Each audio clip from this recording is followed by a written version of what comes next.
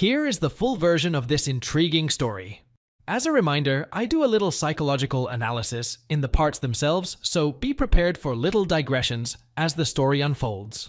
At the end of the story, we will also summarize my analysis. Also keep in mind that I would be interested to read in the comments about what you would do if you were in the shoes of our heroes. Don't forget to like and subscribe so I can see that you care about my content, and also remember that we have an exclusive on Patreon. Here we go.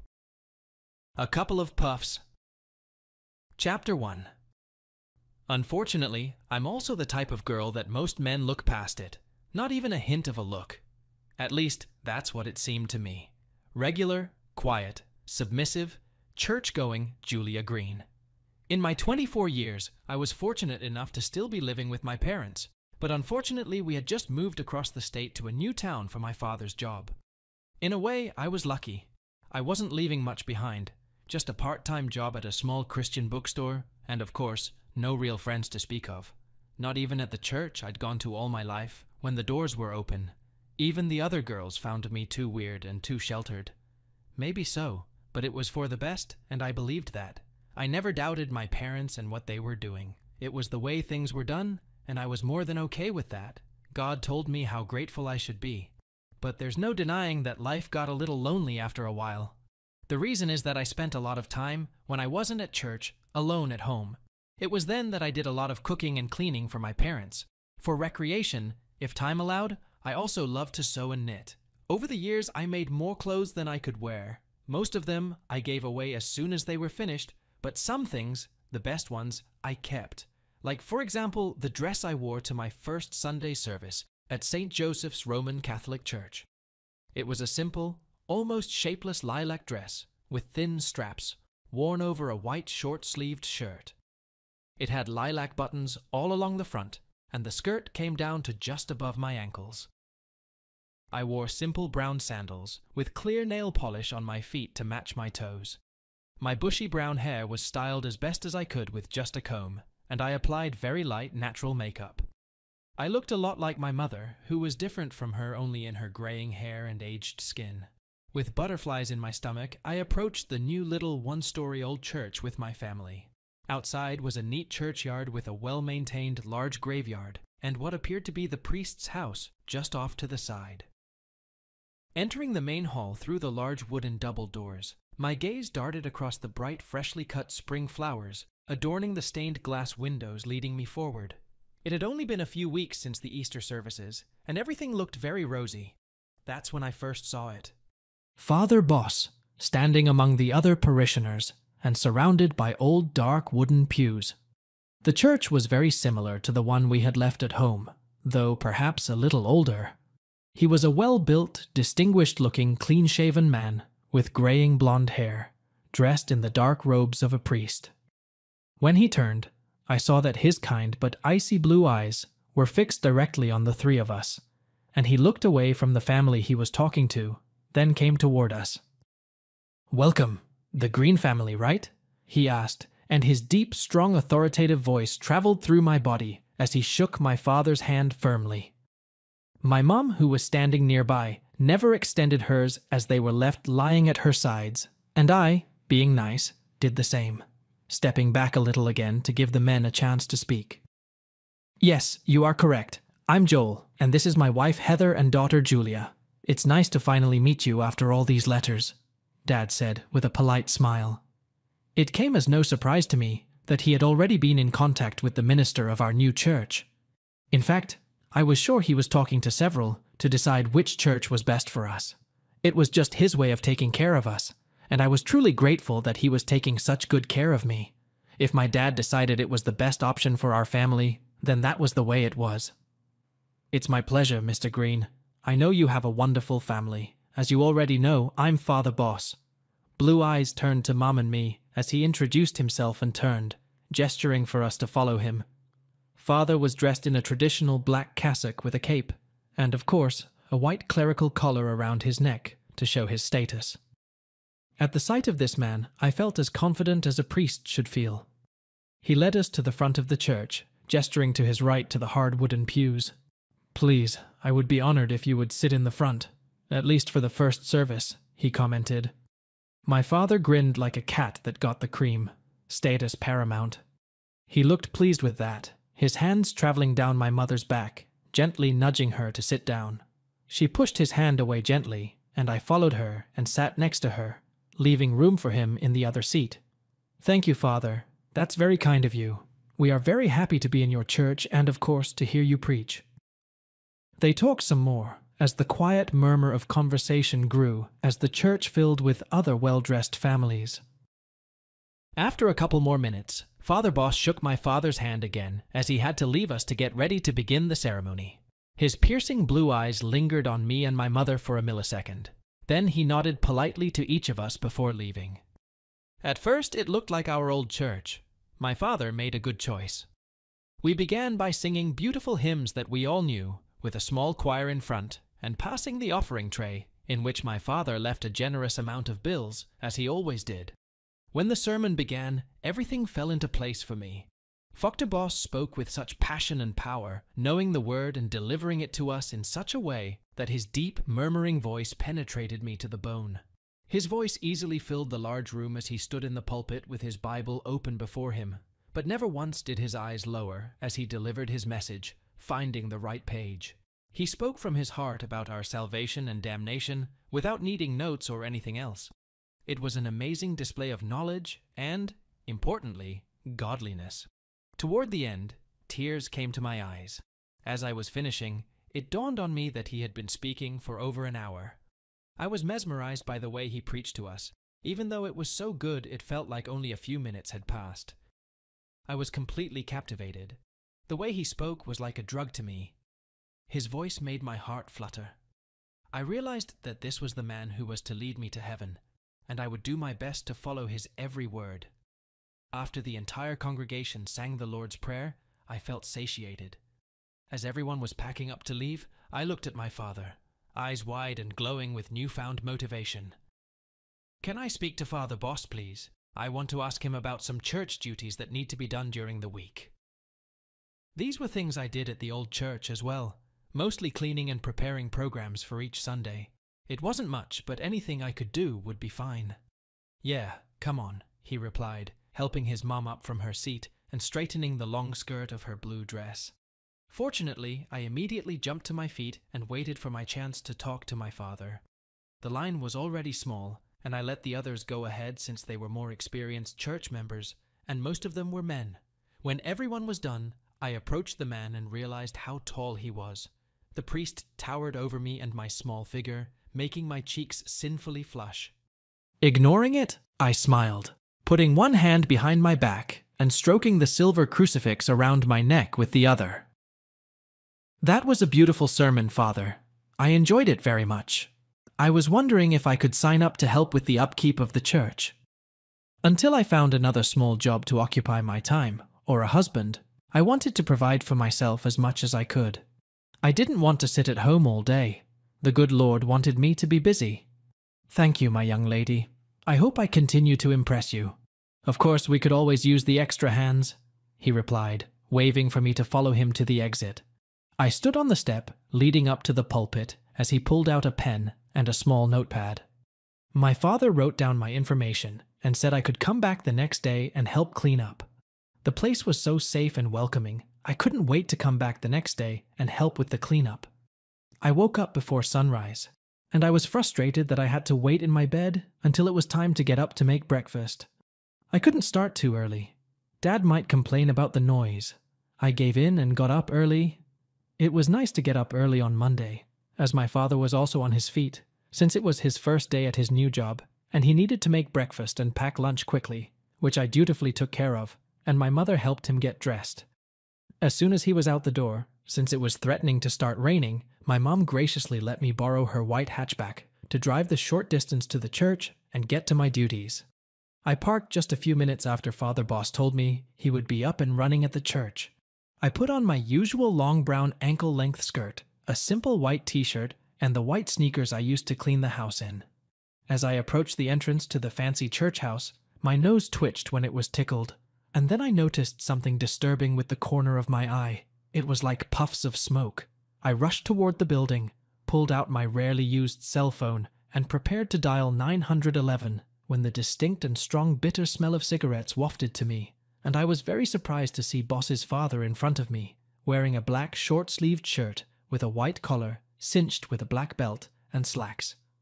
A cigarette dangled from his lips as he looked up from his cell phone and looked at me with some shock. "Oh, Julia, I apologize. I'm running a little late this morning," he grinned. Taking a thin white stick out of his mouth, he playfully ran his finger over his lips in a gesture of silence. "Please, let this remain between the two of us. We each have our vices, right?" He smiled happily. I was shocked to see it. I'd only ever seen someone smoke in public once before, and I'd been led to believe over and over again that it was one of the worst things you could ever do. But as I stood there and watched Father Boss take a couple of last puffs, and then the smoke started wafting from his lips like an inverted waterfall, I just watched it, and my mind went blank. In a way, it made my body feel just as fuzzy too. "Yes, of course, Father. I won't talk about it," I quickly assured him, even though I knew I had to tell my father immediately. If he found out, he would probably suspend us from the church, and that was the last thing I wanted. I was just getting back on my feet. "Thank you, young lady."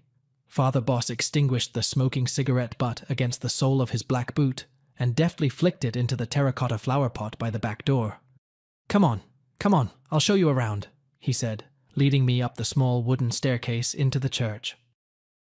We entered a dimly lit hallway, and my father led me to a door directly across the hall. This was his office, which looked quite different from what I had imagined. It was fairly modern for a priest, with a nice computer chair behind a desk with a laptop on it. It was outdoorsy. I rarely saw Dad's office, since he kept it away from Mom and me. Not too surprising, for we didn't even have a family TV, as my parents didn't see the need for one, and preferred that I study the Bible or read for entertainment. Again, I was delighted that Boss's father had a television hanging on the opposite wall. "We keep our cleaning supplies here." He led me over to a small closet that held all the cleaning supplies. I was then shown the small community kitchen, the bathroom, and the door to the outside leading to the priest's house. Before I could get to work, I had to go to daily mass, which I happily participated in with a much smaller crowd, maybe less than a dozen people, than the full church the day before. It was a calming experience that put me in the right frame of mind when I realized I was going to do God's work, especially the cleaning that was ahead of me, and I knew where to start when the crowd began to disperse. When the church was finally empty, it seemed like it took forever for the congregation to finish their conversations. I stopped, looked around, and realized that the church was amazing, and I took a deep breath and felt at home. When Father Boss saw the last parishioners off, I was released to clean up, and I went straight to work in the sanctuary, taking my time, washing the pulpit with extra care, and even cleaning up the burned-out candles at the altar. I spent several hours that day cleaning just that area alone, even going inside the confessional booths to make sure both sides were spotless. I took great pleasure in my work for the great Lord and looked at it all with pride when I was finished. But something was weighing on me, and I did not want to leave the place of worship. I prayed for a while, kneeling at the altar and thanking the Lord for all he had given me. Then I brought the cleaning supplies and knocked on Father Boss's office door. "Come in!" As I entered the house, I heard the sound of the TV on, and looking closer, I saw my father watching some kind of action movie. "I'm done with the church, Father. I hope it's up to your standards," I said, putting everything in the closet and making sure everything was in its proper place. "Of course you did. You were gone so long. I wondered if you'd run away or something." He grinned, got up from the table and walked around it. "Thanks for the hard work, Julia." "Of course. I only wish I could do more. Can I come back in the morning to work in the kitchen and bathroom?" I asked, hoping I'd be allowed. With a slight chuckle, the priest nodded, crossing his arms over his chest and leaning on the table behind him. "I could always use some help. Be careful or I'll make you do boring yard work with me," Father Boss teasingly warned, causing another angry blush to form on my cheeks. After a moment's silence between us, I finally exhaled. "Father, may I confess a sin that I haven't committed yet?" He arched an eyebrow, tilting his head to the side, showing genuine interest. "Yes, my young girl. But why would you knowingly commit such a crime?" "Well, for you, Father," I replied, I will keep what I saw today from my father when he gets home. It would be a lie, and I know that if he knew the truth, he would choose another church. Smoking is so ungodly and terrible for the temple of your body. It does so much damage." Father Boss was silent for a moment, seeming to contemplate what to say. "Don't think of it as a lie per se, but think of it as gossip. After all, that's the category it falls into, isn't it?" he asked. "Gossip?" I didn't give it a second thought. To me, it was lying through omission. At least that's how I understood it. The priest nodded. "Yes, you will share a secret that does not belong to you. To abstain from it would be more holy than to tell it. Now, if my habit strikes you as so repugnant that you wish to leave..." I shook my head. "No, isn't what I mean. I don't want to leave, so I won't tell him." My heart raced. I blushed even harder, this time feeling like I was being told off. "Because that would be gossip, Father." He looked pleased with this answer, and a smile appeared on his face. "Very good, my young girl. I shall see you in the morning, then?" After a few weeks of going to church every day of the week, I took it as something I was having so much fun that I didn't need a day of rest.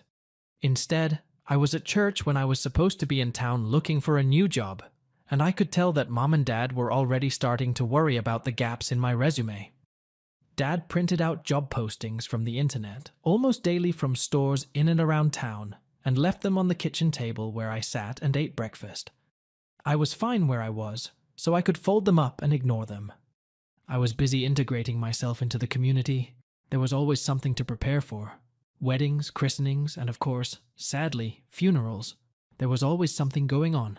Candles had to be prepared daily, flowers had to be changed, the choir was constantly practicing, even people wanting to find old relatives' graves or look at old records. The floors always had to be swept. We were like busy bees, all trying our best to support an equally busy Father Boss. I even helped with the parishioners' children, and Father Boss was actively considering turning one of the storage rooms in the basement into a Sunday school because he had an idea. He wanted me to teach them the Word of God. After all these years, I have learned all that God has given me. It was my honor and privilege to pass it on. I was more than happy to help with cleaning the dusty, cobweb-ridden old room and help him with painting to make it brighter and happier, as it really was a basement. Being downstairs with him in the dusty basement was both exciting and wrong at the same time. Wrong because it was exciting, and at the same time completely right, because I looked forward to it so much every day. The time spent with him was just enjoyable, too much so.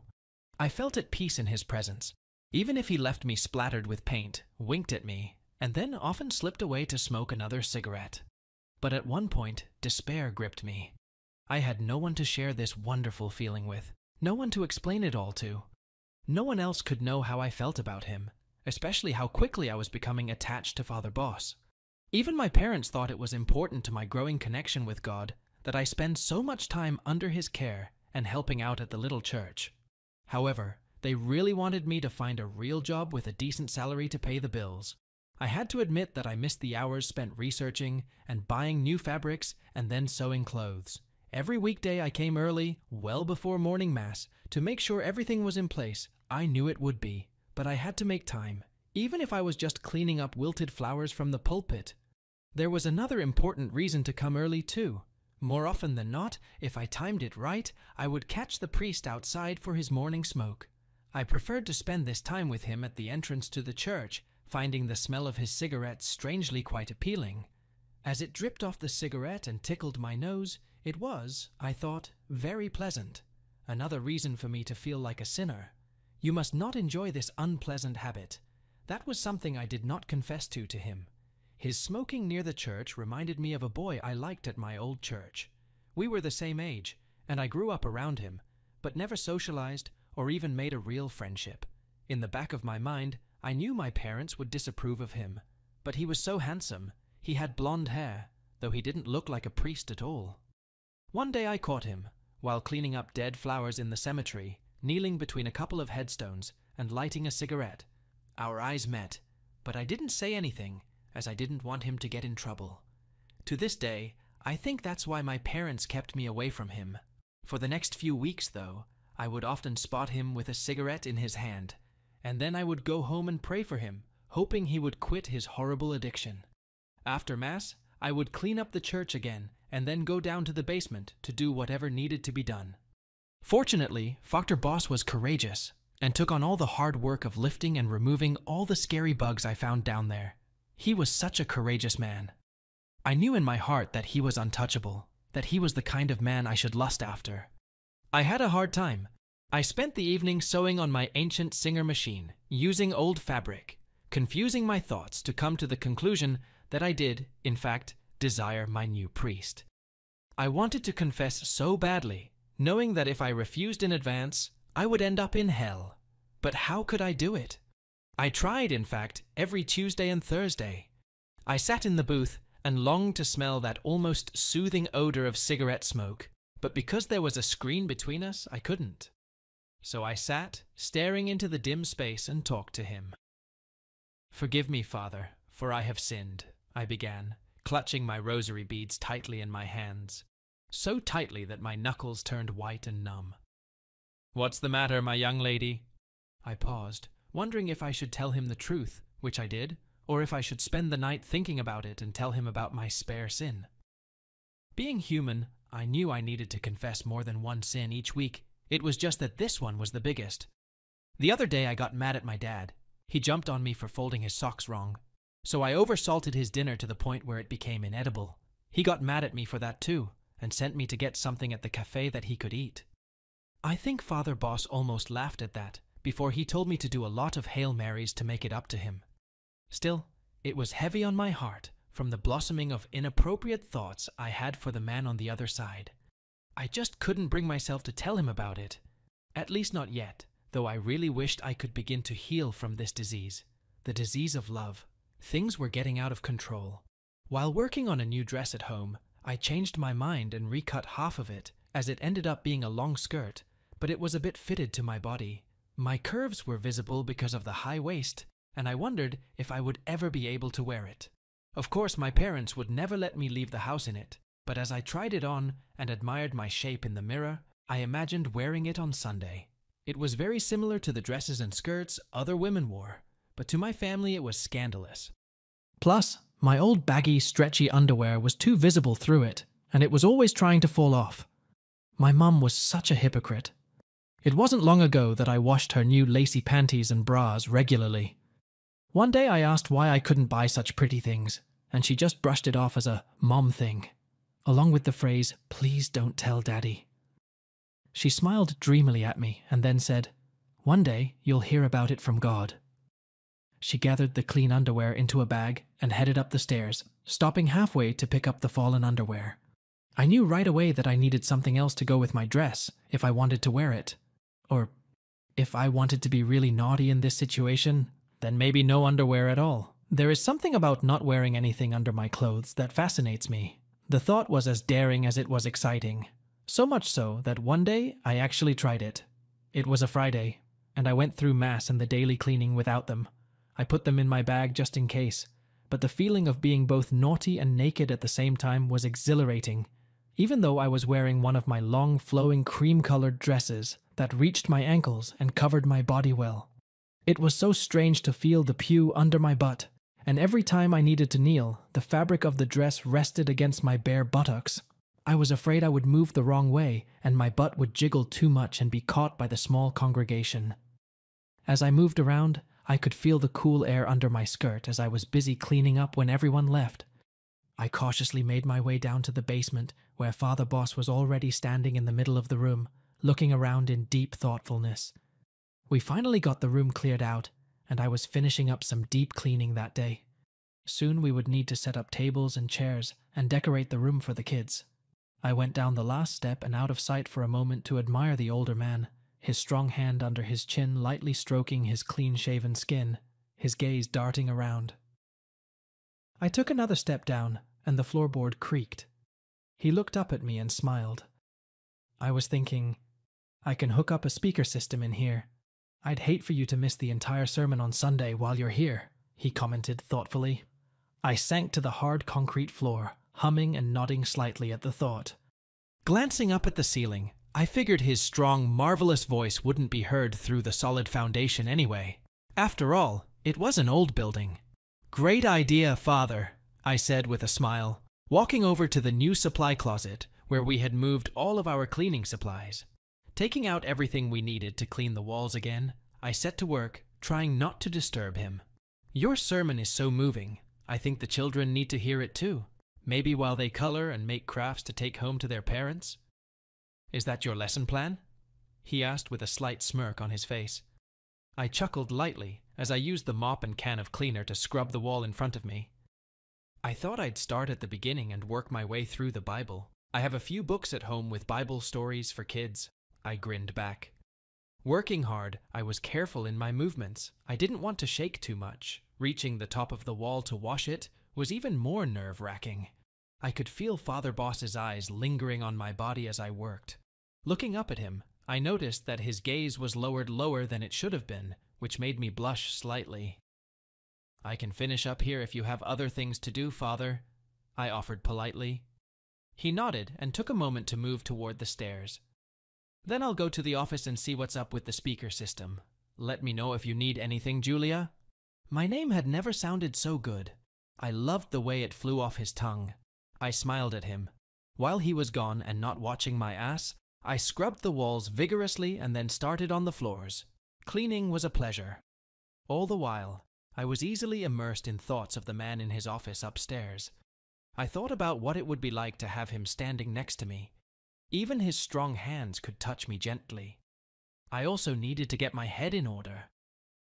This was already going too far. I blamed it on inhaling cleaning fluids. Digging around in the depths of the closet with the new supplies, I found something. It was a small wooden case that I pulled out and blew the dust off of it.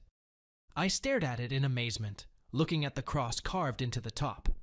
Eager to open it, I walked up the stairs and knocked on Father Boss's office door. "Come in." "Father, I found something," I told him as I entered the room and placed the box on his desk. He furrowed his brow and reached for it, pulling it closer, then flipped open the small clasp on the front and opened it to reveal a few little things. A small glass holy water vial with a cross engraved on the front, an old wooden rosary, and a Bible that looked like it had been perfectly preserved in the time it had been left untouched. "I see," Father Boss said softly, taking everything out and examining it. Taking the leather-bound Bible in his hands, he handed me an old glass vial. "Looks like it belonged to the last priest who ran this church. Let's see." He opened it and nodded. "Yes, it belonged to Father Harrison. I didn't get to meet him, but I've heard good things from the older people in the congregation." Closing the book again, he slowly ran a muscular hand over the front of the book, wiping away any dust that might have been there, and just enjoying the way it felt under his thick fingers. I was in such a daze that the vial slipped out of my hands and shattered on the floor. I shrieked sharply and jumped back. "Oh no, I'm so sorry, Father," I said quickly, feeling terrible about breaking something so old and meaningful. Chuckling quietly, her father shook his head. "It's all right, my young lady. We have dozens of them now," he assured me, standing up and tucking the Bible back into the small rosary chest. "No need to worry." Despite his words, I was already starting to worry as I knelt down and mindlessly picked through the small shards. Before Father Boss could say anything to stop me, I let out another shrill sigh as I felt a small shard cut the tip of my finger. Father Boss was by his desk in seconds, taking the glass from me and tossing it into the wastebasket. "A little clumsy today, aren't you?" he asked with a slight chuckle, taking my hand in his and examining the cut site. There was a lot of blood, so he motioned for me to sit in one of the chairs in front of his desk and went to get the first aid kit. Putting it back in place, he began to clean me up, and I was over the moon at how nice it felt for him to touch me, even though it stung a little, as he lubed the alcohol and bandaged my finger. His hands were so soft and warm, not to mention big around my own. After tidying me up, he smiled slightly, still standing next to me. "Well, there you go, all better." He brought my hand up to his mouth and lightly kissed the tip of my bandaged finger. The feel of soft lips against my finger made me warm, and I shuddered a little. I'd only experienced that once or twice before. Everything around me became warm, as I had become all too aware of in the past few days. Though it had never happened to me outside of the bedroom and under the sheets at night. I was shockingly silent for a moment, And then with a quick movement, I pulled away. "Thank you, Father. I have to go," I said, backing away from him. He didn't seem too surprised by my suddenness. He just let go of me and nodded. "Of course, please be careful on your way home," he said, smiling playfully. "I'll see you tomorrow, right?" Saturdays were my favorite because we only had vigil at the end of the day, early evening.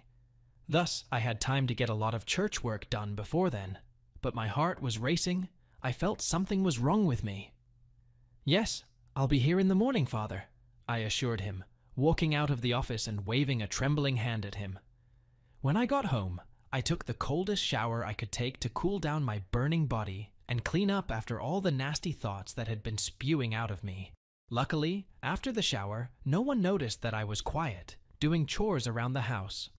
My mom didn't mind the quiet, as we were both preparing dinner for the evening, me helping prepare the vegetables, and at the table, my dad was doing most of the talking as usual, so I was left to sit, immersed in my own thoughts. My thoughts, which were so exciting and also shameful in equal measure. I just couldn't keep the obscene images out of my mind. That night in bed, they were still swirling around me, and so I did something I hadn't done in a very long time. I had an uncontrollable urge, and it had blissful thoughts. And on this night, I did it, indulging in my recurring and darkest fantasies about Father Boss. I lay there and imagined it all. It was as if I could really feel him. I ended up gasping and shuddering with intense pleasure coursing through my body, my head thrown back and my brown curls tangled and covering my face and pillow. I gasped softly. This was fun, but then guilt began to plague me. My mind had already gone too far, and now I was only making it worse. Is there redemption for people like me? I was now tainted with the passionate sin of fantasizing about touching myself, dreaming of an untouchable man. And deep down, I knew that this growing desire was only getting stronger. Looking around, I was very pleased with myself.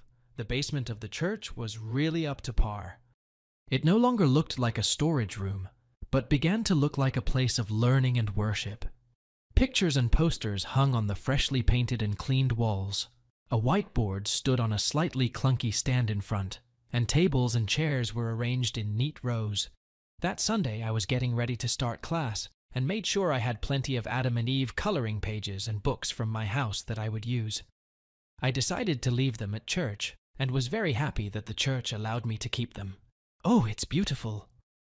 A small group of parishioners had come to see where their children would be spending Sunday morning, and it was gorgeous. They were nodding and smiling, all looking pleased. I straightened up in my brown dress, trying not to let a single wrinkle show. "You're quite the catch, Julia. Really. We talked to Father Boss about it, but he never agreed because he never has time. You've become his little shadow. That's lucky for all of us," one of the women, Brenda, commented as she approached me. I blushed slightly and giggled. "I'm so glad I was able to help with this project. The kids will love it, I'm sure," I said, looking at the small wooden table that Father Boss had set up for me.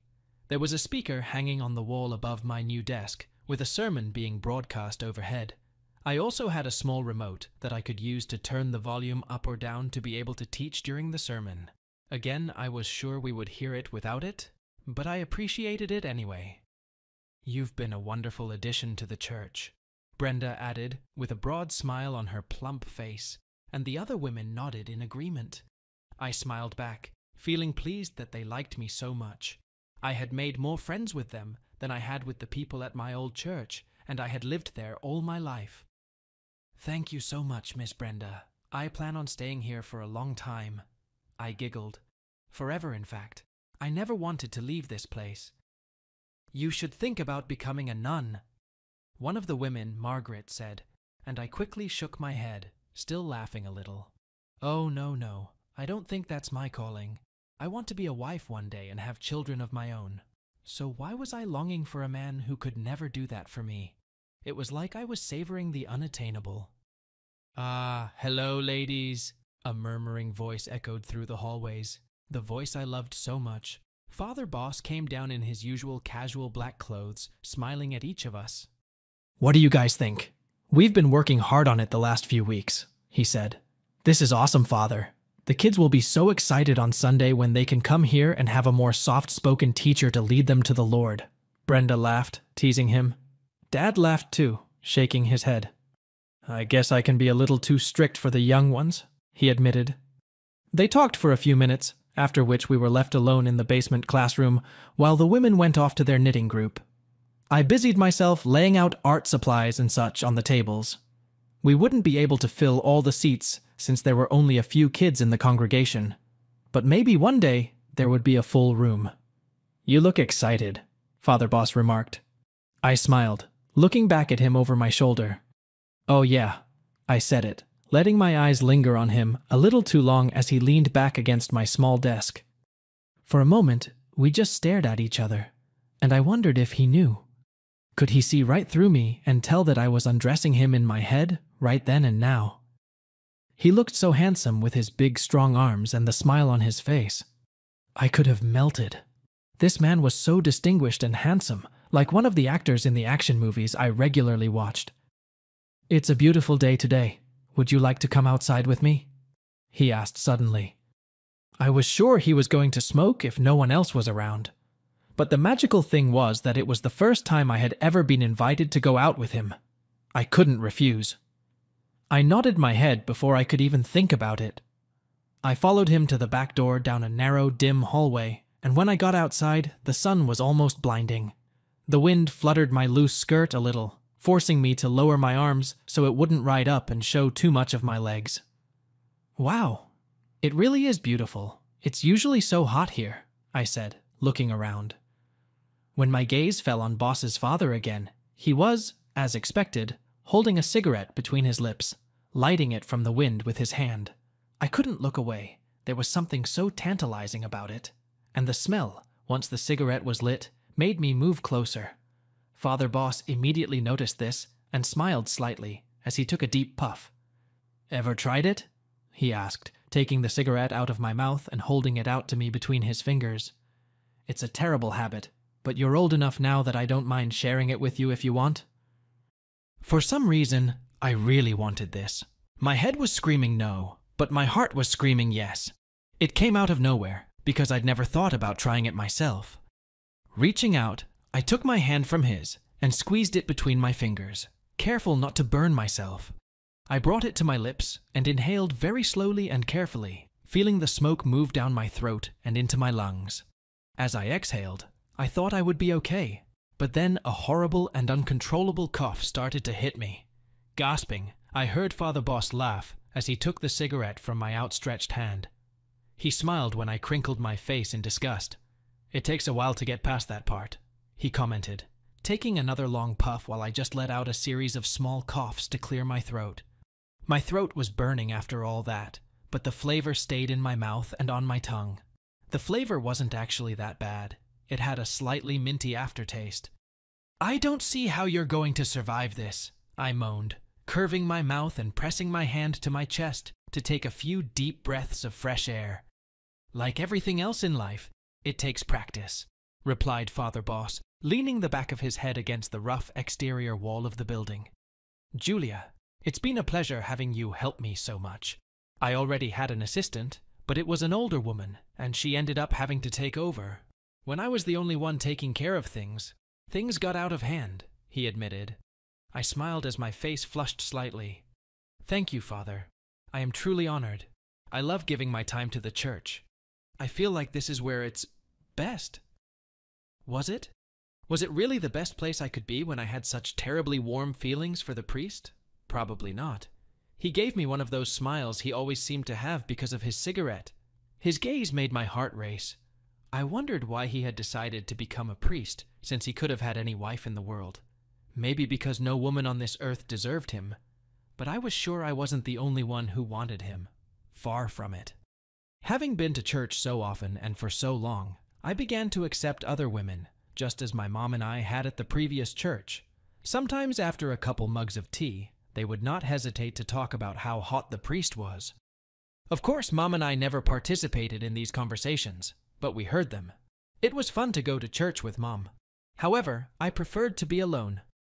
Sometimes I wondered what Mom thought about all of this, but she would never tell me, even if I asked, and I never thought to ask, "Are you okay?"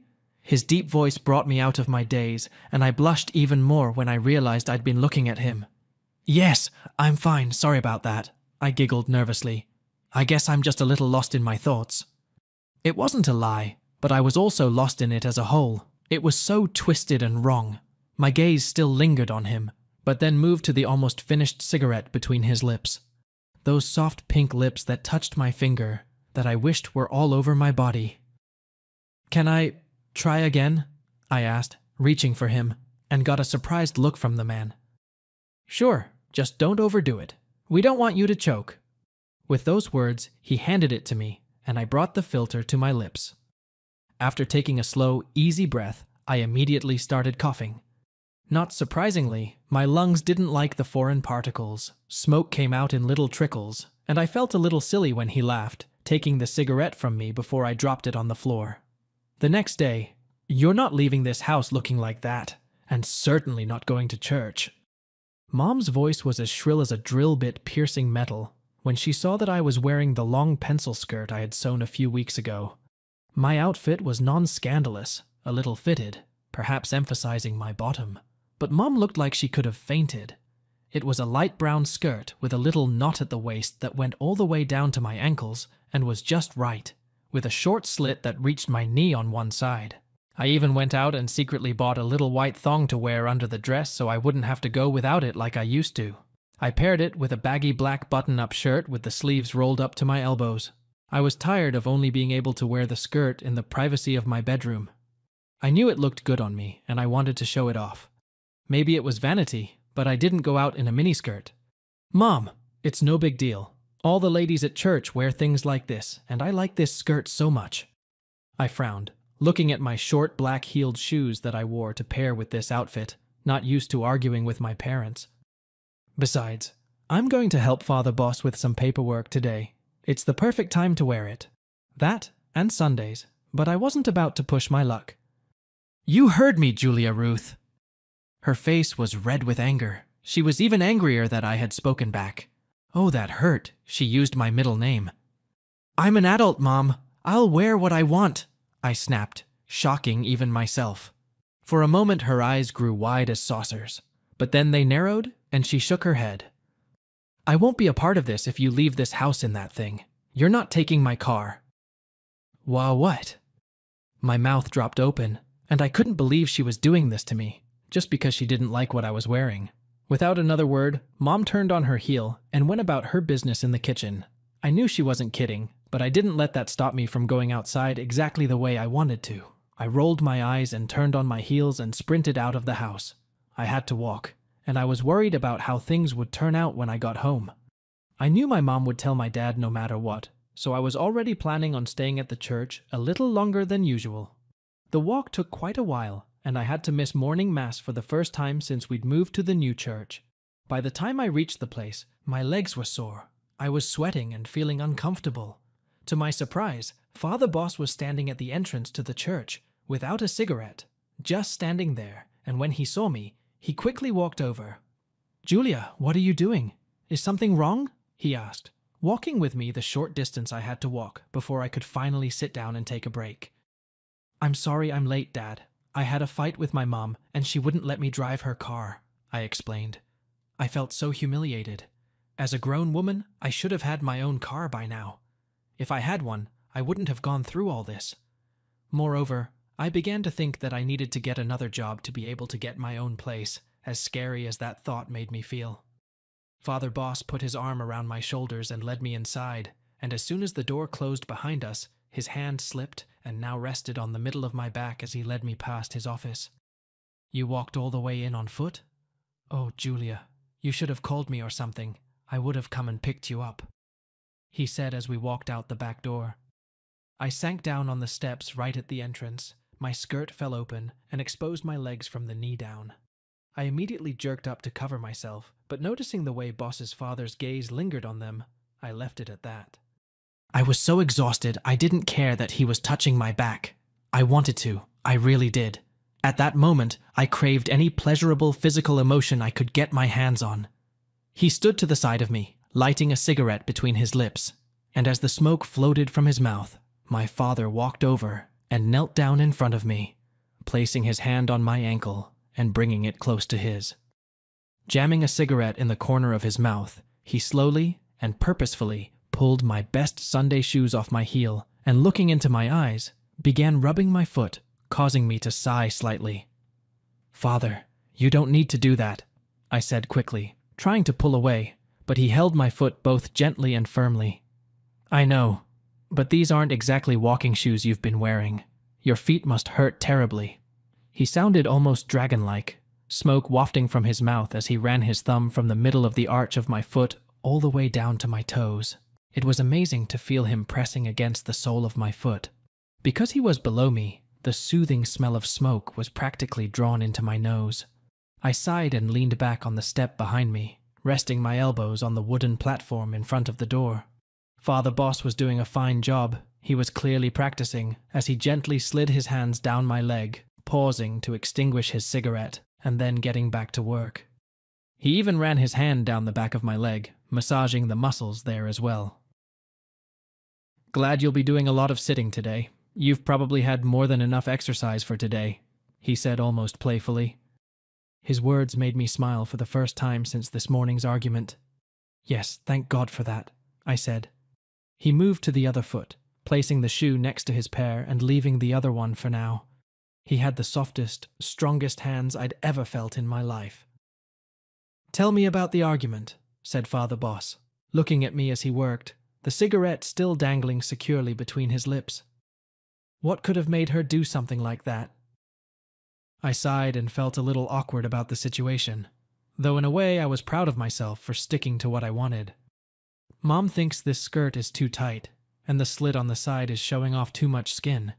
She wanted me to change, but I made it and I've wanted to wear it for so long," I explained, looking up at the trees whose branches danced in the wind above us as I spoke. "I see. Well, you look amazing, and I think the skirt is more than appropriate," Dad stated. I watched his eyes dart around and smiled again as he looked at my legs. He finished the massage and moved so that he sat down on the last step, right below me. He took a moment to puff on his cigarette, looking like he was deep in thought. "It's not right that they're controlling you to this extent. You're a good young woman they should be proud of, Julia. I wish they felt the same way. But thank you, Father. It means a lot after this morning." I reached down and touched the sore spot on the back of my heel that the shoes had rubbed. "Well, I'll give you a ride home later, if you want to, of course, but you shouldn't take any more long walks in inappropriate shoes," he teased with a slight chuckle. "I'm really impressed that you've come all this way." My heart raced. "That would be very nice, Father, thank you. And of course I made it here. I would never miss my duties here, only if it was necessary. I wouldn't miss a day spent with a handsome priest either." We sat outside and talked for a few more minutes, after which he tossed his cigarette into a flower pot standing nearby. I put on my uncomfortable shoes, and we went into the house to begin work on the pile of papers he needed help organizing. I sat down in the padded chair in front of his desk and began going through the papers, making different stacks depending on their number. "Would you like to pick something to watch while we work?"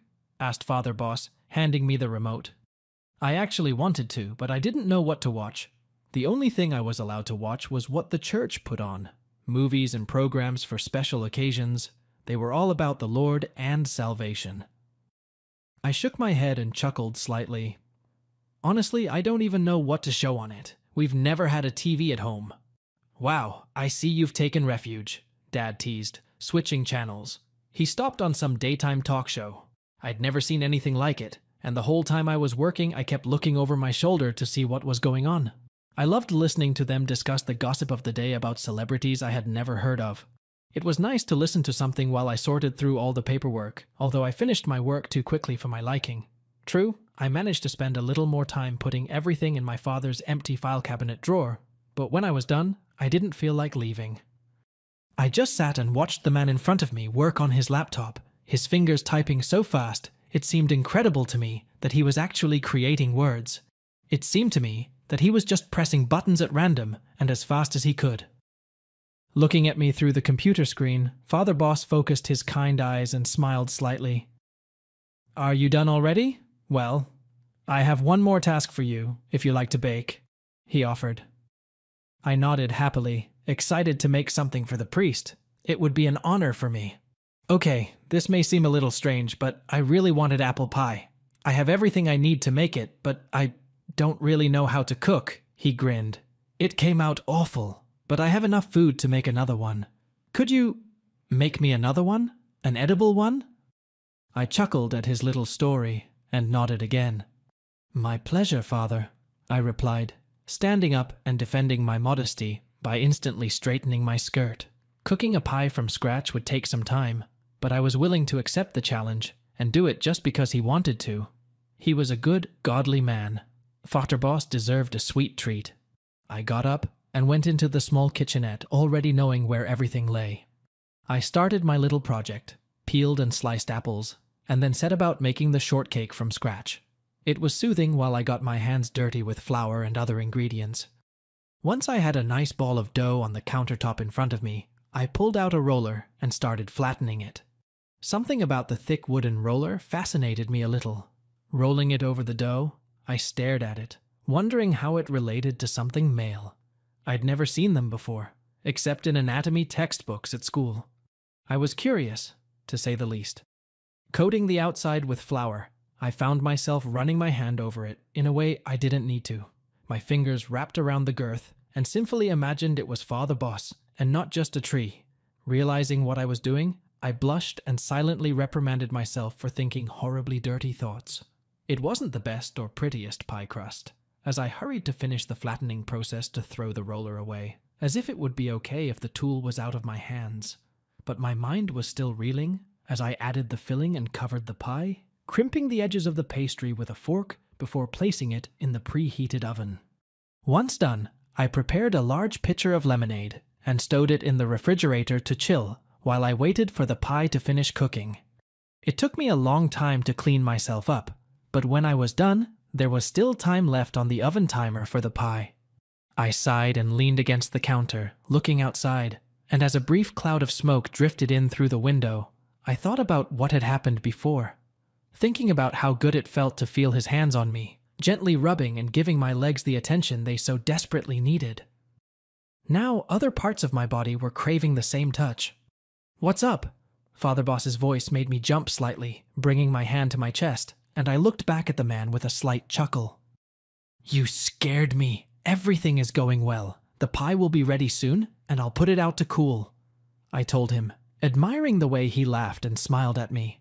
He walked over to the refrigerator and opened it, looking happily at the pitcher of lemonade. He even pulled out a glass of ice and immediately poured himself some. "You're a blessing, Julia." He took a sip and hummed slightly. "I'm going to the rectory to work on the sermon for Sunday. Feel free to join me if you'd like." I was to see the inside of his living quarters. I never thought I would see the place, but I was very curious to see it and the privacy it would provide us. "Thanks, I'll come over when the pie cools," I told him, trying my hardest not to look too excited.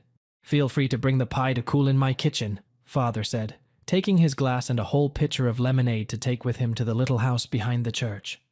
As soon as I was alone again, my thoughts raced. Was it appropriate? No, it couldn't be. But it couldn't stop me. Nothing could stop me from doing everything I could to get closer to Father Bos, no matter how sinful it was. God, please forgive me. If I ever had the opportunity, I would have confessed and repented for all of this, but the feeling I felt creeping into me was too great to ignore. The oven dinged, and I was distracted from my thoughts again. It was time to take that big step toward what could be hell disguised as paradise. I stood in front of the door of the little house where Bos's father lived and contemplated at the last moment what I was doing there, holding a pie in my mitten to protect my hand. With longing in my heart, I walked over and knocked on the thick wooden door and waited a few seconds, wondering if I should just turn tail and run out of there. But I didn't. I remained standing still as he walked over and opened the door, bestowing me with a welcoming smile that made my stomach flutter. "Please come in," my father said, stepping out of the way. Once inside, I found myself in a small living room. There was a small couch, a coffee table, and a TV on the wall. There were plants everywhere, nice and green. I was impressed with the place. It looked much more relaxing than the impeccably pious and sparsely decorated living room that no one used in my house. "Wow, I didn't realize you liked plants so much," I said. He grinned slightly. "Well, I have some greenery. I'm thinking of starting a garden for the community." Father Boss explained that I needed to follow him up the small staircase behind the couch. "The kitchen is over there through that doorway," he said as he walked up. I carried the pie into the small kitchenette and left it on the table, then walked up with him into a thin hallway with several doors. He led me to the first one on the left, which turned out to be a small office similar to the one downstairs. Father Boss had already laid out his laptop on the desk. There was an open Bible and papers scattered all over the desk, as well as 3 coffee cups standing in different places. The state of the room made me giggle slightly. It needed a woman's touch, that's for sure. "Sorry about the mess," he said, as he took a seat and gestured to a couch facing the large window overlooking the back of the church. I walked over and sat down, crossing one leg over the other and shaking my head. "It's all right, Father. You're a busy man, I'm sure. If you'd like, I wouldn't mind cleaning up the place for you," I offered, meaning it. In fact, I would really enjoy cleaning up after this man. "Oh, I can't ask you to do that. You're doing enough as it is. I have to be responsible for some things in my life, Julia. And I have a woman who comes in twice a week to do my cleaning for me," Father Boss replied with a soft laugh, looking at his computer screen. His fingers immediately began pressing keys, and he bit his lower lip, looking lost in his work. From his sermons, I was sure he was. I was silent for a moment, letting him work on his notes while I looked outside and enjoyed the beautiful view. "At least let me bring my coffee cups with me when I go to get a piece of pie," I finally said. The typing stopped immediately and he sighed playfully. "I suppose, if you must." He agreed easily, smiling and rolling his eyes. Being with him was so pleasant and soothing. I felt like I didn't have to think and I could just be myself with him. He was amazing. Why did he have to have a vocation to the priesthood? Father Boss would have made a great husband, which is me. Although, if he hadn't become a priest, I would never have had the honor of meeting such a man. I was grateful, though I envied the fact that he had devoted his whole life to the Lord. After sitting in the room with him and listening to the clicks of the keyboard, I bowed out and, taking the mugs with me, went down the stairs to get the pie.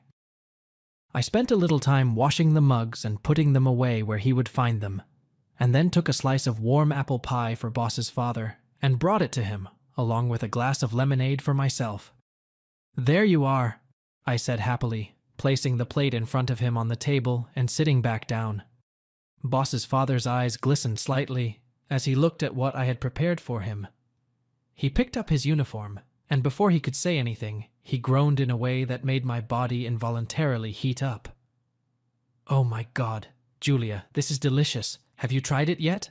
he asked, already getting up from the table when I shook my head. He walked over with a plate in his hands and poked some of the pie onto the end of his fork, then brought it to my lips. I opened my mouth and took the pie, keeping my eyes on his icy blue eyes as I chewed and swallowed the sweetness. This is delicious," I giggled. I knew a lot about cooking and baking. I knew I could make the perfect apple pie for him, and I was proud of that fact. Instead of returning to his table, my father sat down next to me on the small couch, leaving little room between us as he finished the rest of the pie. When he finished, he set his plate on the small side table and leaned back in his chair, letting out a big sigh. "That was just the thing. Thank you so much for that, Julia. You're very talented," he complimented me, licking his lips from the crumbs.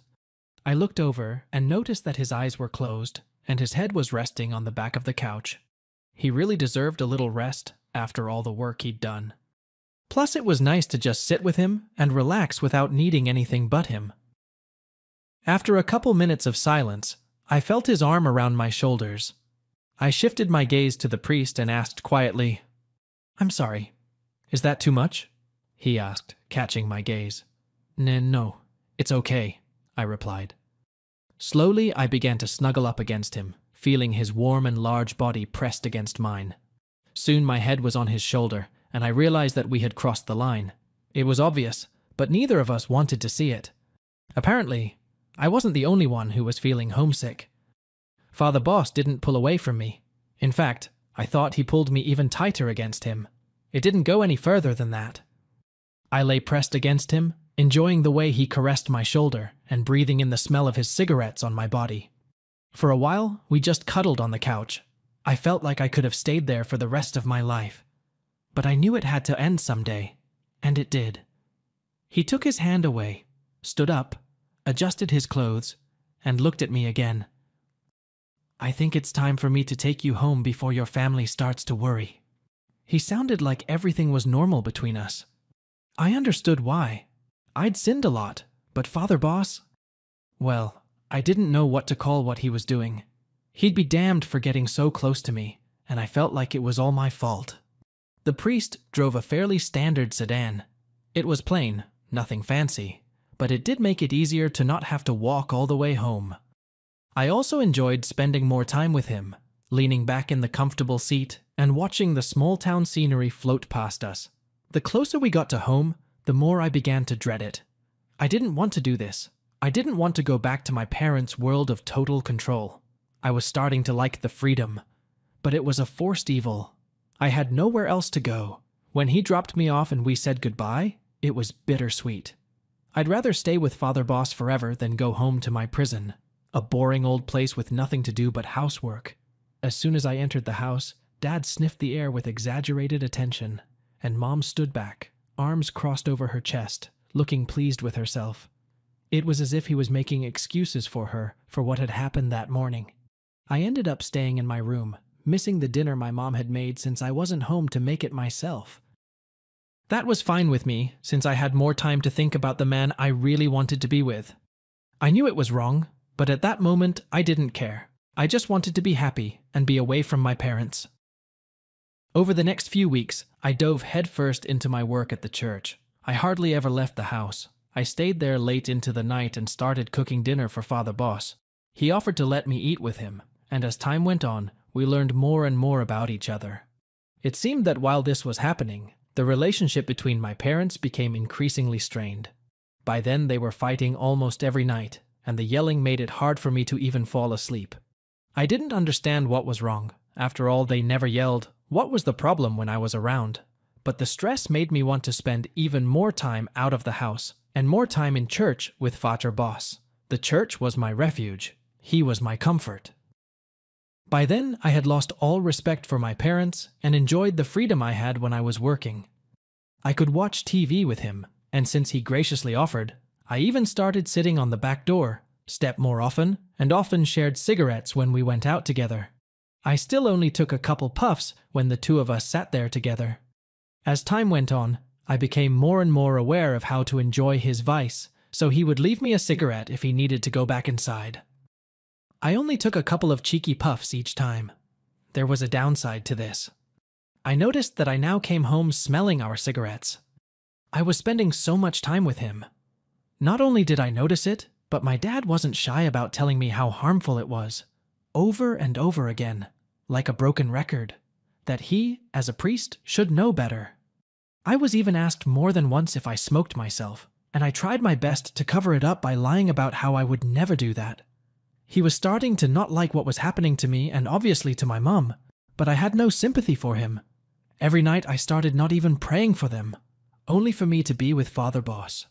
I became cold to my family, just as I felt they had been to me over the years. I must have overdone it, because one day I came home from church very late, after dinner, and found all my things packed and lying in the driveway. As I walked out of the house, stunned by what I saw, I noticed my father coming out of the house and approaching me, holding out his palm. "Keys." With eyes red with anger, that was all he said. He looked at me with such disgust that I felt uncomfortable. I slowly put the keys in his hands, and he recoiled from me as soon as they were in his hands. I took a step away from my father and watched as he turned to walk back into the house. "What am I supposed to do now?" I asked, shifting my gaze from him to my bags lying on the ground, and I stood up and grabbed my crucifix around my neck, fighting back tears. "It doesn't matter to me. Call your little priest friend to come to your rescue," he replied, without even turning around. With those words, my father went back into the house, and I was left alone with myself.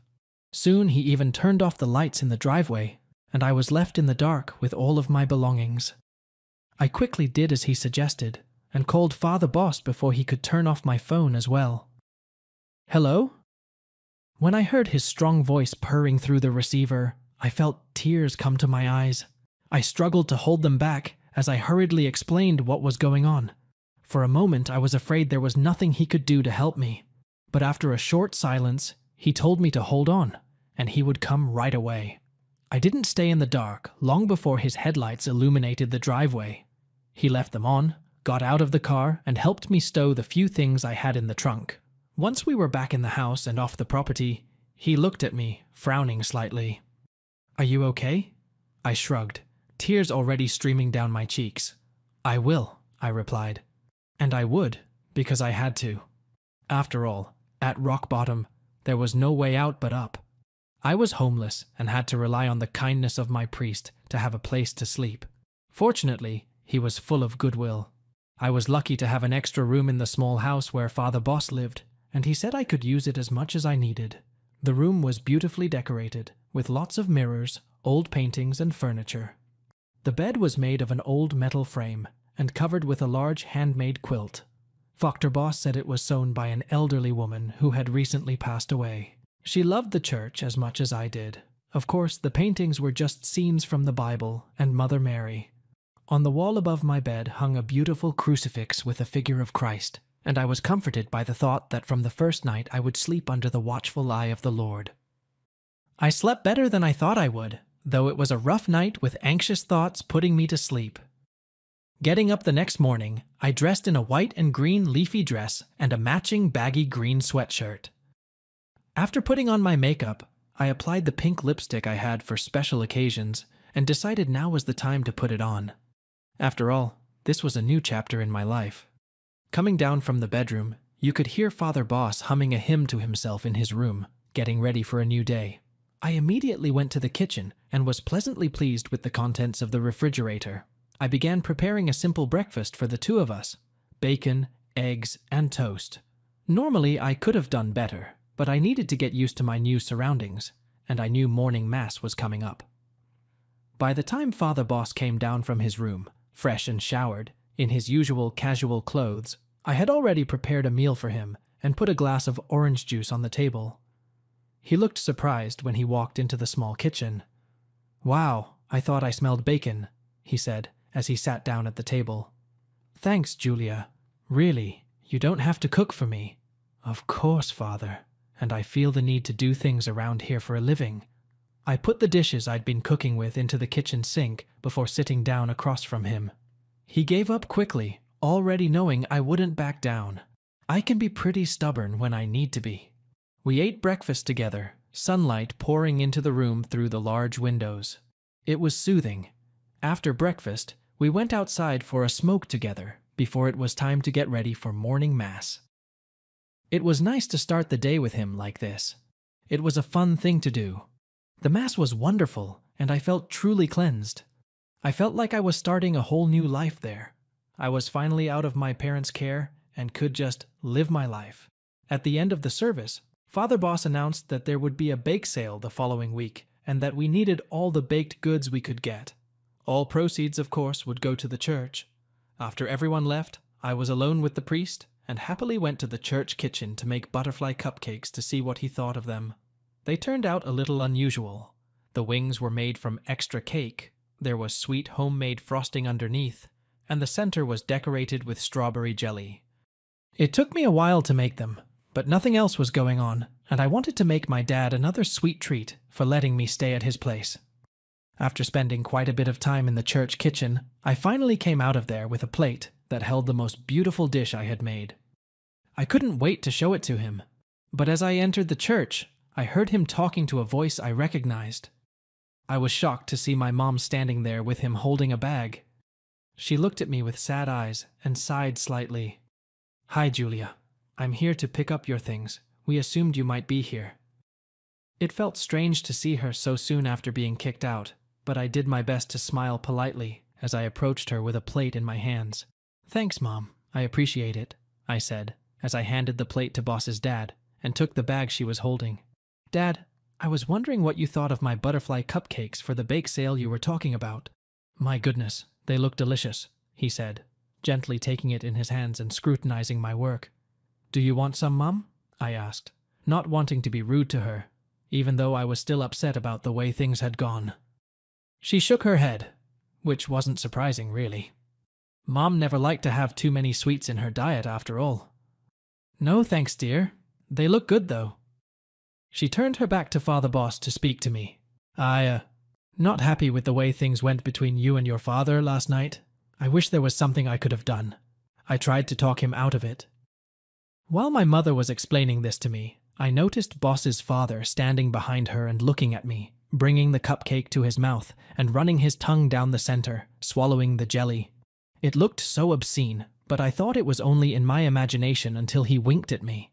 I couldn't believe he was actually teasing me like this, making my womanhood ache. I hoped my mom hadn't noticed my blush. If she did notice it, she didn't comment on it in any way, because looking back, she was otherwise occupied as she said goodbye to me, kissing me lightly on the cheek before leaving. "Oh," she stopped and turned to me on her way out of the church. "I won't be coming to Sunday Mass for a while. Grandma fell, and I need me to be with her while she recovers," explained Mom. Of course, I asked if Grandma was okay and was assured that she was fine. Of course she was, because knowing Grandma, she took everything to heart. She just needed help around the house while she regained her 100% health. Finding myself alone again, I looked over at my father, who was finishing his muffin, licking sugar off his fingers.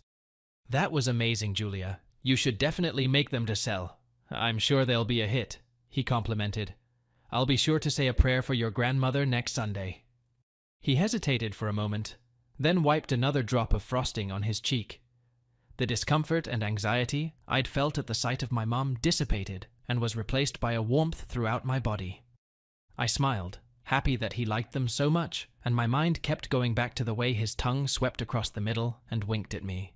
It was almost too much, but I had to control myself, at least until bedtime. I reached over to take the plate from him and giggled when I noticed that he had some icing left on his lips. Reaching up, I carefully wiped it off his skin and mindlessly brought the sugar cream to my mouth, licking it off my finger. I was a little shocked when I saw his face turn slightly red, and mine was a few tones deeper. I wanted to say something, to apologize, but he started laughing himself, and I was relieved that I'd been wronged. It was the first time I proposed to him myself, rather than just accepting it. I spent the next few days getting used to my new surroundings. It was not difficult, since I liked the little house we shared. I did everything I could to earn my stay, cleaning, cooking, even making lunches for the priest while he worked. It was difficult since he was constantly on the road, but I did my best. Now that we lived together, we understood each other more deeply. I felt so safe. There was no yelling and fighting over nothing. I knew he was there for me, in the other room, to protect me from evil. Although the only evil he couldn't chase away was my own lustful However, Father Boss was not always around. In fact, it was the opposite. Most of the time, he was away, running here and there, doing his duties for the parishioners. There were a few evenings when I would spend hours making him a lovely dinner, but it would get cold long before he arrived and had to be reheated in the microwave as soon as he walked through the door. Compared to life at home, where Mom was almost always around, it was a little lonely with the whole house to myself for hours on end. I missed my sewing machine. I could disappear for hours with it. So instead, I got used to cleaning and putting the house or church in order. I felt like I was doing a good deed. While I was busy cleaning and putting the house in order, I forgot about Margaret, the woman who volunteered to come and clean up after Father Boss a couple of times a week. She was a short, round woman who diligently went to church every Sunday Mass. I saw her at church often too, but this time was the first time she noticed that the house was already pretty well cleaned. It must have been strange to her, for I heard her shrill voice calling for Father Boss from upstairs. Leaving my room, I quietly walked to the stairs and listened to her questioning the man about all this. She had been cleaning up after him all the time he had been a priest, and he, with his very busy life, had never managed to keep the little house as clean as he did at that moment. Being the man of God that he was, Father didn't even try to lie to her. He immediately told her the truth and explained the situation as best he could.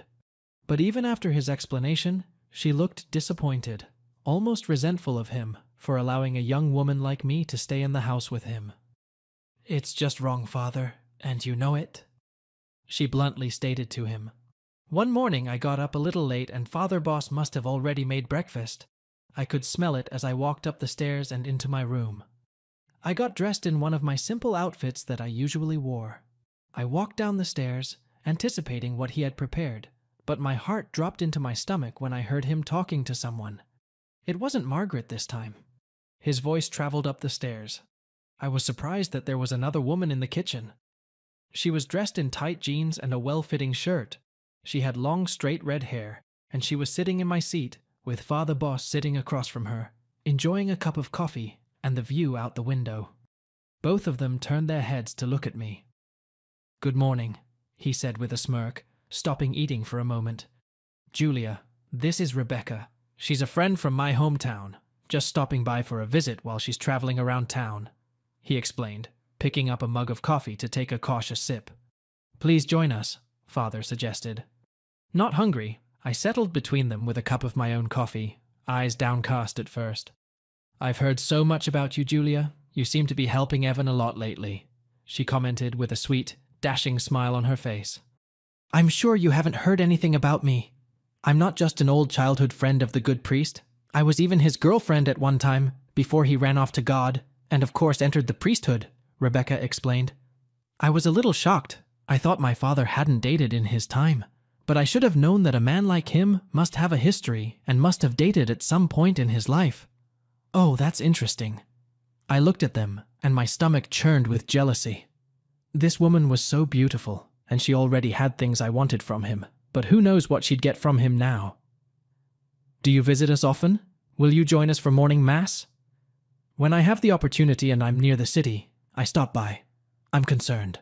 I'm glad someone cares about Evan. He needs it," the woman laughed in relief. "As for the mass, I'll pass, unfortunately. Unfortunately, I'm not, how shall I put it, part of the church. I'm just passing through to meet a good friend. Just don't tell my husband. He'll be upset that he's not treated the same," she joked, laughing along with Father Boss. I chuckled a little myself, but only out of politeness. I felt awful about the whole thing. It was like a fire had been lit inside me. Somehow I wanted to pounce on the priest and show him that he was mine now, but it wasn't like that at all. And yet, I had a desire. I wanted to leave my mark on him. I didn't want other women to think they had a chance with him, even though I didn't have to think that way myself. We spent the rest of the time with her until morning mass. She was sweet and clearly loved Father Boss.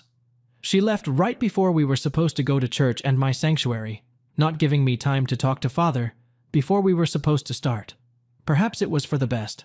I tried to give myself completely to his short sermon, but it was hard when all I could think about was what he must have done to that woman years ago.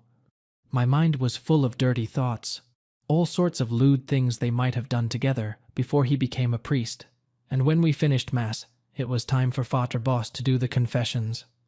People lined up at the booth, waiting their turn to be saved from their sins, and I stood at the tail end.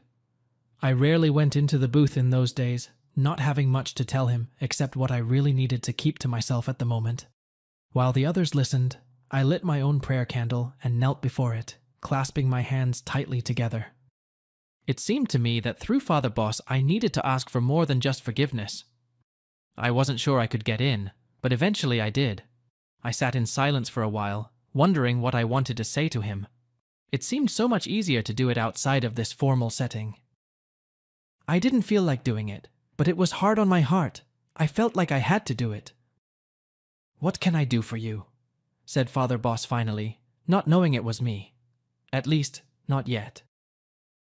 "Forgive me, Father, for I have sinned." I spoke in a low voice, but I knew he could still hear me and that my voice was giving me away. On the other side, he was silent for a moment. "Yeah? What did you do?" His voice seemed to have gotten a little lower as well. I considered my next words carefully, afraid of how this might end for me, for us. "I have let jealousy and lust take hold of my heart, Father. There is a man one who does not belong to the women of this world, and I have fallen in love with him. Very much, I must say." It all sounded like a whisper. Swallowing, I waited for him to say something or stop all of this, but there was only silence in response.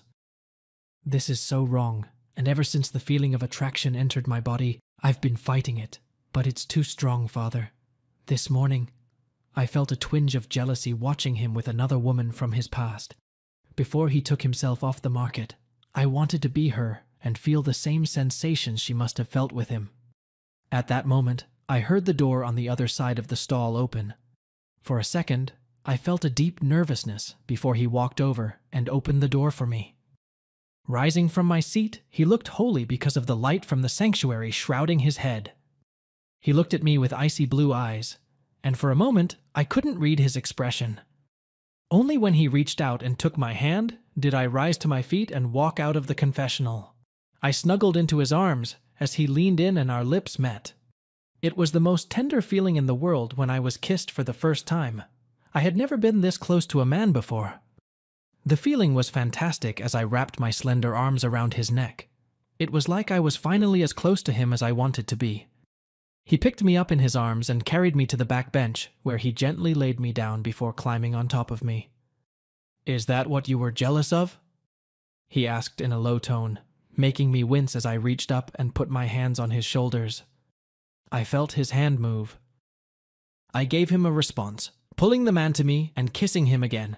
I had no idea what I was doing, but I followed Boss's father's example. I was in heaven, at least the one I was looking for. I was hooked. When he stepped back, Father Boss smirked, drawing little circles on the side of my leg. "This is all new to you, isn't it?" he asked, being able to read me so well. I hoped it wasn't because of the way I kissed. I nodded as he moved away from me, slowly sitting up and adjusting my skirt. "I could show you a lot more of what I did with Rebecca, but I think we need some privacy for that." The smirk on Father Boss's face let me know there was more to come. I wanted to find out. First, we had privacy by the back door, so he could make up for the lack of a morning cigarette. I sat in my usual spot on the back doorstep, and he stood in front of me, flicking his lighter and lighting a cigarette. Sitting there, I could tell he needed it. After the first puff, Father Boss leaned over and kissed me again, opening my mouth and releasing smoke into it. I didn't inhale but kissed him back passionately, having to pull away to let the smoke out and take a breath. Then I was handed a cigarette and took a couple puffs myself before handing it back to him and receiving another satisfying kiss. In the end, Dad didn't even finish his cigarette, putting it out in the flower pot so we could get back to the little house in the backyard before we were together again. No sooner had the door closed than I was in his arms, and he carried me to the little couch. Father Boss took advantage of this moment and put his hands on my hips. Our relationship grew more and more heated until there was a loud knock on the door. We stopped, both of us jumping a good foot away from each other. Father Boss was adjusting his clothes as he walked to the door. His blue eyes stayed on me for a moment before he opened the door and was met on the other side by Matthew from the choir. "Father Boss, we need you to come with us to the hospital immediately. Grandma doesn't have much time left in this world. She needs to be read her last rites," the man told him, looking past my father and waved politely at me. He didn't suspect anything about the two of us, as we were often seen together by then. Matthew looked much younger than Boss's father. Perfect blonde hair, lean but stronger build, no wrinkles on his smooth face. He was a little younger than the priest, much closer to my age. But looking at the two of them, I still found Father Boss more attractive. Perhaps it had to do with the time we had already spent together. "Just a minute, I'll be right there." Father Boss left the door open, running up the stairs. While we waited those couple minutes, I talked to Matthew, telling him how sorry I was to hear about his grandmother and her condition. Miss Glenda was one of the nicest women I have ever had the pleasure of meeting. Father Boss was coming down the stairs with his Bible and rosary beads. We exchanged a very quick glance. It was a sad situation, but I felt warmth from Father Boss, and then he left, following Matthew to his car, left in the church parking lot. A couple of puffs. Chapter 2. That evening, Boss's father was gone until very late in the evening. Strangely enough, I couldn't sleep until I heard him walk quietly through the door, and his familiar heavy footsteps on the wooden steps quieted me. I sat staring at my closed door until he stopped in front of it and stood still for a moment. I prayed for him to open it and walk in, but he didn't. He turned on his heels and headed straight for his room, clearly trying to tread silently on the creaky wooden floors, but failing miserably. It was understandable, but I still drifted into a restless sleep.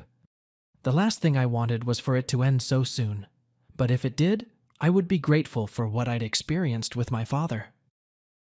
The next morning, I woke up with a crucifix around my neck. It wasn't just the fear that things would change or even go back to the way they were. I cursed myself. Both of us. What we'd already done couldn't be undone, but why? It wasn't something harmful. Quite the opposite. Getting ready for work and starting breakfast, I was torn, to say the least. It wasn't the first time I had questioned my view of the world, but I had never felt like this before. So heavy and gloomy. Yet I was relieved when I heard my father upstairs get up and stir. Now my worries had shifted again, though I didn't mind them so much anymore. At least these minor problems would be resolved soon enough. "Good morning, Julia," said Father Boss as he entered the room, and his voice was the same as always. It was as if nothing had happened until he walked up to me and kissed my cheek. When I turned my head, he captured my lips in a slow, comforting peck on the lips. Unable to resist, I pressed myself against him, completely forgetting about the pancake that was starting to burn. His hand moved up to my neck, holding me there. "Good morning, Father," I said quietly as he went to get a cup of coffee. "I guess now you should call me Evan when we're alone." He grinned, reaching out and squeezing my waist tightly. Evan. I knew his name, but I never thought it would grace my tongue. To me, he was Boss's father. I smiled at him, flipping a burnt pancake. "Evan, that's a good name. It's going to be hard to give up the habit of calling you Dad all the time." "That's all right. It probably wouldn't be so bad if you called me that sometimes." He teased me, making me blush slightly. How was it possible for such a dedicated man of God to be such a pervert at the same time? It shouldn't have been possible, and it shouldn't have worked so well on me, but I was blown away by it. My logical mind didn't matter when a blonde man was around. We enjoyed breakfast together. I decided to throw the burnt pancake in the garbage so I wouldn't torture either of us with it. When we were done, I cleaned up and we smoked outside together before heading to church and getting ready for Mass. Today was Friday, which meant we would have a little break until the Saturday evening vigil. After cleaning up in the church, I lit another candle and prayed on my knees for my soul, something I was going to be doing for a while after our deeper connection began. I was sure that this activity would not be enough to save me from the pit of fire, but still I felt a little better for having attempted it. Walking down the small hallway to Father Boss's office, I knocked on the thick wooden door and waited for him to let me in. Upon entering, I found Father Boss sitting at his computer typing away as usual, probably answering emails, something he had told me about before. I wanted to learn how to use a laptop someday, and he promised to teach me. For now, I was more interested in watching his fingers move across the keys flawlessly, without a hitch. "I don't have much time today, Julia. I have to go out and meet my new family for lunch, and then I have to wake up Miss Glenda," he explained, pausing for a moment. "You're going to run the place until I get back, okay?" I was so used to this by now. Father Boss always seemed to be on the go, but after all, he was an important member of their little community. I understood that, but that didn't mean I didn't wish he was around more often. "I think I can handle it," I assured him, standing up at his desk and slowly running my fingertips over the smooth wood. His steady gaze followed me as the man leaned back in his chair and closed his laptop, pushing it out of the way. He patted the vacated seat lightly with the palm of his hand, a glint in his eyes, and a smirk on his face. I didn't resist the attraction I felt between us as I walked around the desk and stood between him and him. Giggling, I pulled myself to sit on the desk in the seat he'd made for me and watched him scoot closer in his office chair. He put his big hands on my lap. I felt so excited. He made himself comfortable in his new seat, leaning over and resting his chin on me. "You're very beautiful, Julia. Has anyone told you that lately?" he asked in a low tone that made my throat chill. I blushed so hard, I probably would have overheated from it. My face from my ears to my neck was dark red. "Recently? I don't think I've ever been told such a thing." His blue eyes grew even wider, and he stared at me with an expression of genuine surprise. "Really?" It seems impossible to me. He brought both hands to my sides and began tracing his fingers around my curves. He didn't touch completely inappropriate places, no matter how much I wanted him to. There were so many places here that came alive and craved the touch of his hands. His hands moved upward. You have such a pretty face, those beautiful green eyes, and your body. Well, I can tell you from experience, it can drive a man to sin. He stroked my cheek. As much as I wanted to feel awful about the temptation he was talking about, I couldn't. I couldn't care when my body was on fire, starting from the very core. Father Boss was doing something that had never been done before. He was making me feel like a woman, desirable. I never thought I wanted that, but he was awakening so many new desires in me. At that moment, Evan pressed his face against me. It was a strange sensation for me, and I could feel his hot mouth pressed against the fabric, settling in the middle. Slowly his hand moved from my side to my stomach and began to rise. I sighed softly. I could barely feel anything, but what I did feel was amazing. After my father had enjoyed himself, he nudged me to lean back a little in his arms and moved his face away from me. Suddenly his fingers became bolder as he finally pulled his eyes away to meet my gaze. "May I?" he asked, tugging me gently. I was nervous, but I nodded slowly nonetheless. I wanted this. I wanted everything Evan wanted to give me. Confident, the man reached out, now feeling everything. And I felt his hands in a way I didn't even realize was possible. His touch sent waves of pleasure coursing through my entire body. I made a quiet sound. I had never experienced sensations like this before. It felt so good that I brought my hands up to the back of his head and ran my fingers through his blonde hair. As soon as he started the main thing, his cell phone rang, and the priest sighed, leaning his forehead against me. After a few seconds, he pulled away from me, leaving me behind. "Yes, hello? Yes, this is Father Boss." Evan spoke into the phone while he continued to tease me with his free hand, until I playfully brushed his hand away and shook my head. The man grinned slightly, and I started to put on my bra before pulling off my shirt and tucking it back into my long skirt. He hung up right after I finished getting dressed, pushed myself away from the table, and stood up with a sigh. "Gotta run. Need to reschedule a visit with a new family," he explained. Father Boss adjusted his crotch, slung his leather bag over his shoulder, then stopped beside me and said goodbye with a gentle kiss. After that, I was alone in the office, already thinking about what I should do with my time when he was gone. I decided it would be best to start by wiping down his desk, which was clearly covered in fingerprints. After finishing a quick cleanup, I felt a sudden urge to take a hot shower and wash myself off, especially when a large painting of Jesus at his table caught my eye. Lord looked down on me in a way that Father Boss did not, which made me feel so dirty. The next morning, I never thought I would be awake in the early morning without sleep on the same night with the Father. And not just awake with him, but in the sanctuary. One thing I realized during the time I lived with this man was that he liked to do everything himself. The church was an old building. He saw himself as the caretaker. He fixed everything that went wrong in the building, from changing light bulbs to fixing the hot water tank when it stopped working. I've thought many times that surely there are other people who could come in and take care of these things, but Father Boss insisted that it was all part of his job. He kept at it all the time until everything worked properly. We didn't sleep that night because of the electricity, or as I found out later, because of the old wiring. The old lamps didn't work properly. They were constantly either flickering, or even more annoying to everyone, going out. Father Boss decided to get to work on fixing them, while also taking care of the day job, which consisted of a series of phone calls and short breaks. Fortunately, the case fell on a Saturday, so it wasn't too costly to cancel, but it did mean that everything had to be finished by morning. If most of the church was in the dark on Sunday, that would be a serious problem, so he had to deal with the problem until it was fixed, and he firmly rejected my ideas when I suggested that he contact a real electrician.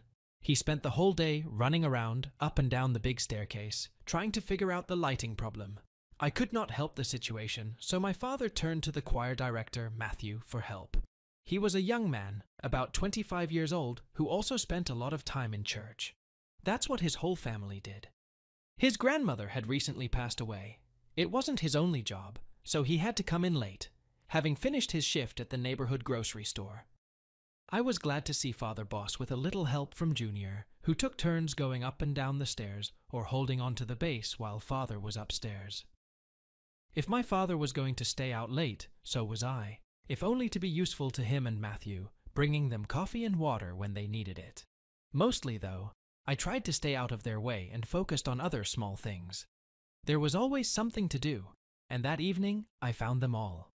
I even took breaks sitting in the living room watching different TV shows while they fiddled with their project. Anything to stay awake. All the while they were working, I kept coming into the church and offering them a drink or asking them to take a break, emphasizing that they were working too hard. Soon they would agree, go outside and sit with me on the back steps, and my father and I would have a smoke, which was much needed. It was the first time I had ever openly smoked in the presence of anyone but Father Boss. Before we could finish, Father Boss was already marching through the cemetery following Matthew and quickly up the stairs, all the while showing his displeasure with the project. Toward 3 in the morning, even after numerous cups of tea and cigarettes, I found it increasingly difficult to keep my eyes open. I sighed and got up from the couch again, still wearing the new royal blue knee-length dress I'd recently made for cleaning. It wasn't too short, but I felt invigorated that for once I wasn't wearing anything that went down to my ankles. I left the house and crossed the cemetery to get to the church. I stopped to give both men a pat on the back. Once inside, I was thrilled to see the light shining through the stained glass windows and found Father Boss sitting in the front pew, resting his elbows on the headrest, and Matthew standing in front of him. He was wearing only pants and a white tank top that hugged his body and showed off a small belly. He wasn't fat, but he was chubby, and I didn't mind that at all. Quite the opposite. He looked manly. Seeing him like that made me blush and even woke me up a little. "Glad to see you've got it all figured out," I said cheerfully.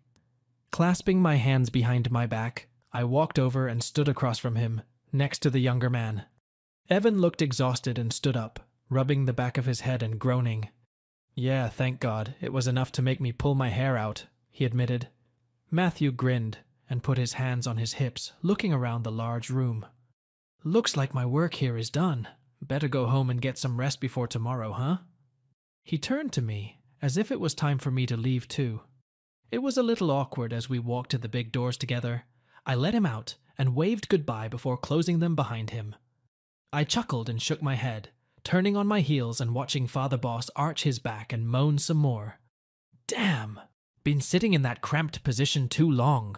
Father Boss hummed, rubbing his back, and pushed himself back to the edge of the bench to stand up. Before he could do so, I put my hand on his shoulder, encouraging him to remain seated, and I sat down next to him. Without saying a word, I started massaging his shoulders, just doing what I thought would feel good. I rubbed and squeezed them, trying to pamper him just a little bit, just like he used to do for me when my legs hurt. The more I touched him, the more I wanted to. I could feel the muscles in his neck and back as I worked on him, and enjoyed the view from my seat. I could see his skin in places I never thought I could, his neck and the top of his arms. My stomach fluttered like there was a swarm of butterflies fluttering around in there, and I felt hot under the collar of my new dress. After a moment's thought, I leaned over and kissed his neck. I couldn't help myself. It was right next to me, and it felt so good when he kissed mine. I left little kisses all along the length of his neck, and my hands continued to massage his shoulders. Evan made a small sound like a hum, tilted his head to the side and let my lips trail down his neck again. Taking my time caressing his neck, I felt his hand slide down my leg. Oh God, what a naughty girl. With those words, he patted my ass affectionately before turning around, and soon I was in a different position. I was frightened by what was happening to me from just kisses and light friction.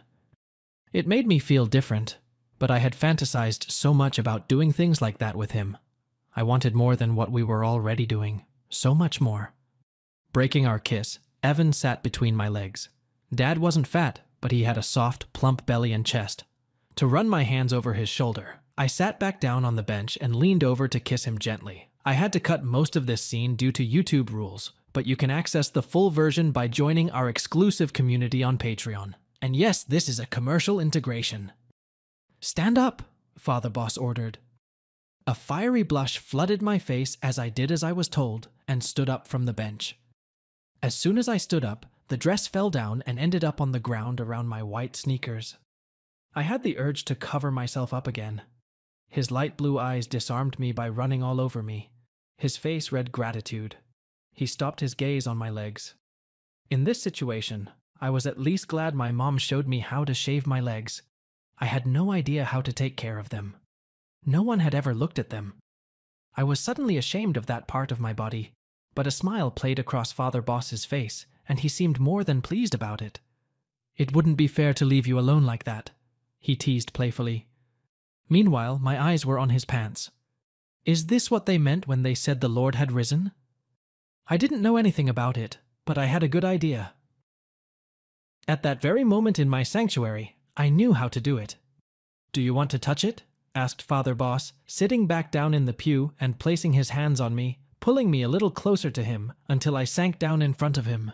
It was like I was praying, but instead of a candle, he was standing in front of me. In that position, he was right in front of my face. "Yeah," I replied slowly. I experimented with him. I was doing it with him, whatever it was. "You want me to do this?"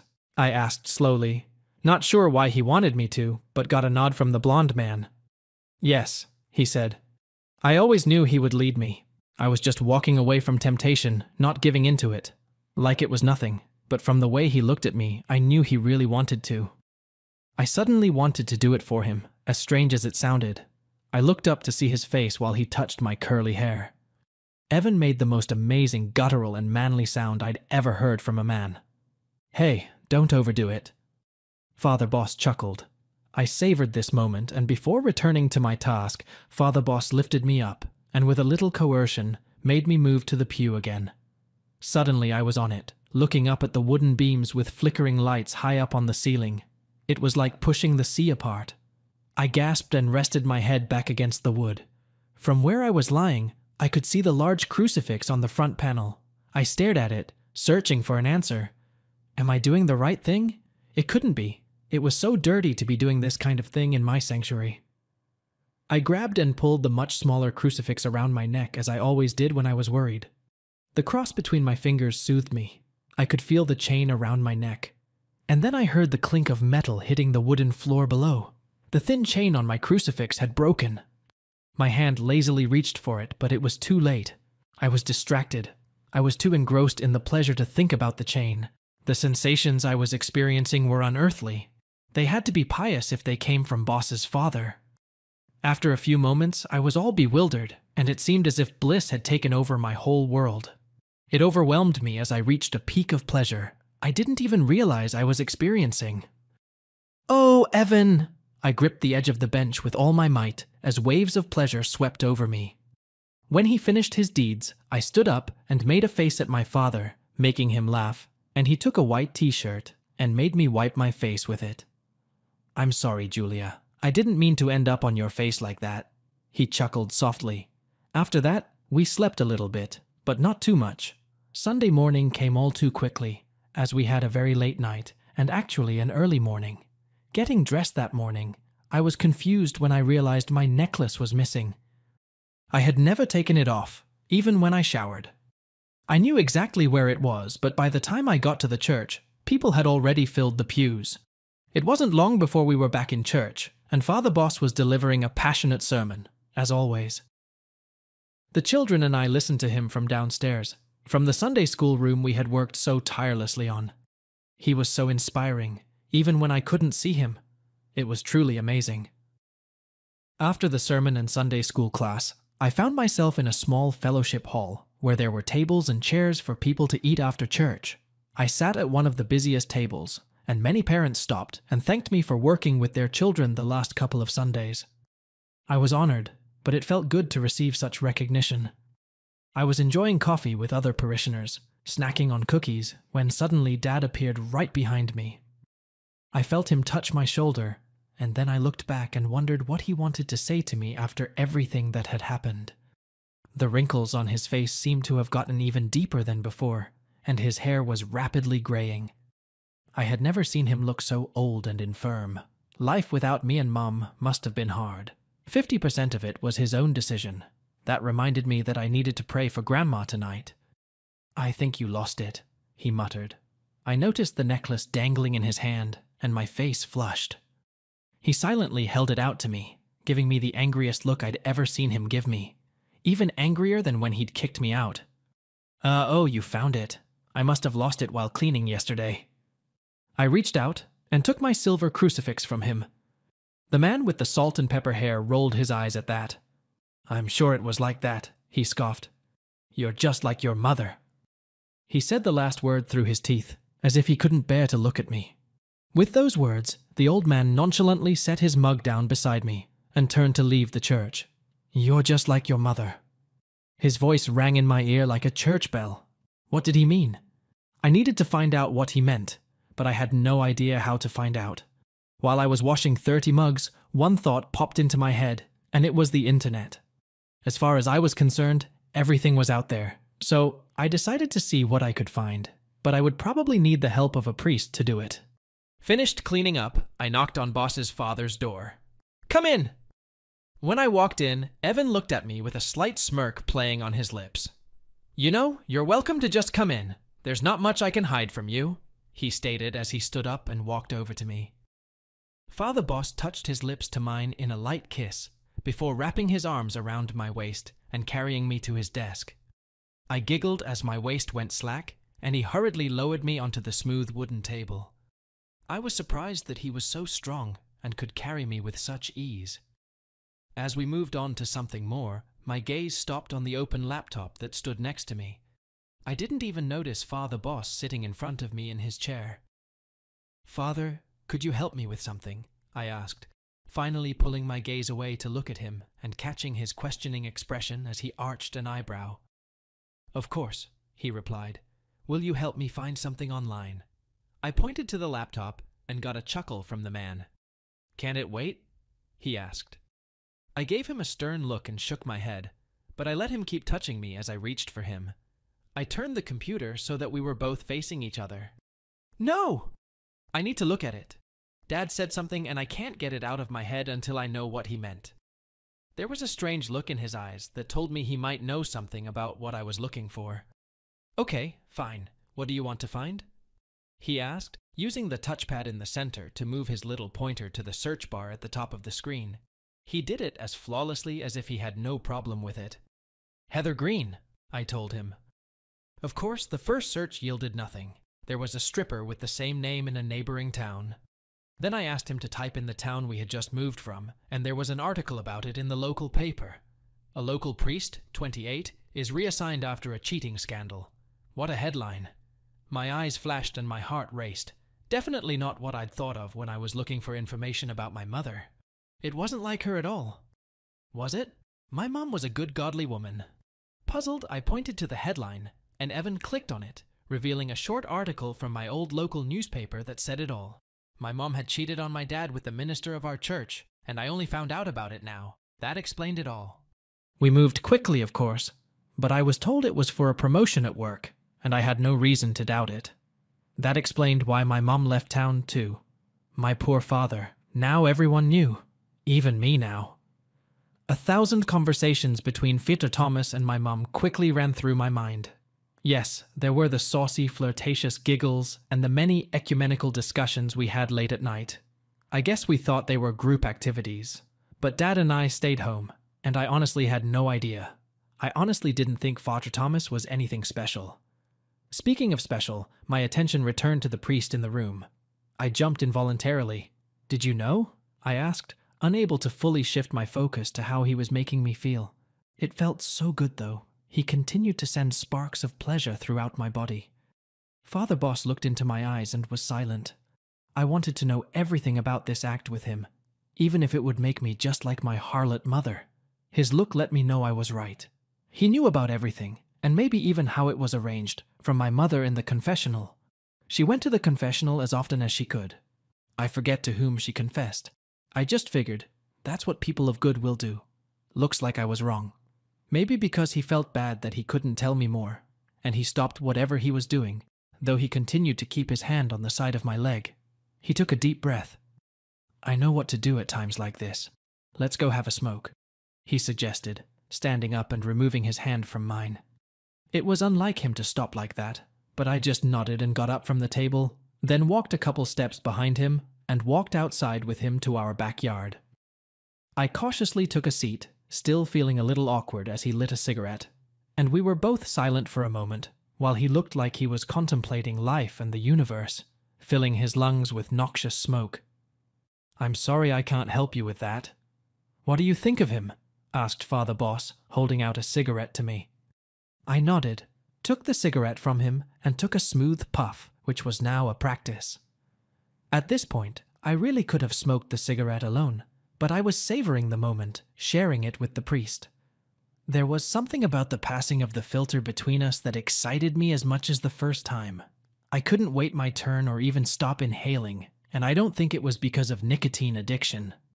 The smoke felt good when it was drawn into my lungs, though, and I could feel the high when the drug kicked in. "It's okay. I understand. He was just our priest. Dad thought he was too young," I assured him. The boss nodded in agreement and said nothing more. It was just the way it was, and I knew it. I shouldn't have even asked him, but it was hard not to when you had such hard news coming at you. "Do you think I really look like her?" A smile appeared on Father Boss's face, and he reached out and took the cigarette from me, putting it back between his lips and shifting his weight awkwardly. He considered the question for a moment, rubbing the back of his head. "The situation seems too complicated for me to say," the man stated confidently. "I know from reading the story and getting to know your mother that you're not at all like her." After passing the cigarette a few more times between us, it soon ran out. I felt a little better, especially since, as had become customary, Father Boss graciously let me take one last puff before I tossed it into the flower pot. Reaching up, I let my skirt fall to the side, drawing his gaze to me again. Once we were inside the house, away from prying eyes, we tried again. I felt his smoky breath on me and relaxed a little. Even though we were still on church property, I felt much more private behind the locked door of the small house than I had in his office. Evan kissed me. "I really want to see you fully," he murmured against my lips. My face flushed slightly at his request, and I wondered what it would be like. "Here?" I asked, when he pulled away from me a little. He grinned warmly. "No, I was actually thinking about the kitchen," Father Boss replied, now leading me, putting his hands on my shoulders, into the small room next door, flicking the light on with his elbow as he passed. My throat was dry, both from the smoke and the nervous tension. I swallowed and looked at the sink. Twisting out of his fingers, I grabbed a glass from the board and quickly filled it. I turned and looked at him, bringing the glass to my lips, and swallowed the water quietly, soothing my throat as I pondered what would happen next for another minute. I needed those few seconds, hesitating between sips, deciding what to do next. I smiled and quickly finished my glass before deciding that yes, I really wanted to do this. He had seen almost all of me by then, so what harm could there be in showing him everything at once? I set my glass down and smiled as sweetly as I could. I got nervous. My dad's big hands helped me disentangle myself from my dress. He looked down and watched it roll on the floor around my heeled shoes. I noticed those 2 inches against his body.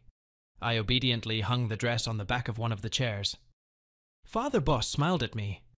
"Almost done," commented Father Boss. I turned to face home. I now appeared all before him, standing next to the kitchen table. I had never anticipated anything like this for myself. Nervous, I stood as still as possible while he scrutinized me, his eyes flickering up and down. He straddled my front, looking at me like a hungry shark. "Please don't cover yourself up. You're perfect," he muttered, keeping his eyes on me. "You're not just looking—" I chuckled. I felt like my looks weren't enough. I needed to show my worth in other ways as well. Part of it was the pain of growing up such a simple girl. I focused on something else. In my opinion, it was all too good to be right. I began to feel very guilty for doing all this. Raised her eyes to him. "Father, is this okay? Would God approve?" I asked slowly, knowing the answer to my question before it even formed. Raising my eyes to the man, I saw that his head was slightly thrown back, and his hand found its way to my thick mess of hair. "Oh yes," he replied without hesitation. "Just don't stop doing what you're doing. It's so good, Julia." His voice came out in that deep, low tone. I wasn't going to stop. No, I wanted to try something new after the experience Father Boss had given me at the sanctuary. Green eyes looked at him. The feeling was so strange. It took me a little while to find the right pace. Oddly enough, pretty quickly I found that I was enjoying it. Enjoying the movements, and even more so the sounds I was hearing. But I struggled to keep going, wanting my priest to feel as good as I had the night before. From what I could hear, Evan was enjoying himself. I smiled, almost like a puppy who wants to be told I'm a good girl and given a treat, looking up at him. "Come here." He helped me up before the man lifted me up. I squealed with a pleasure I had never experienced before.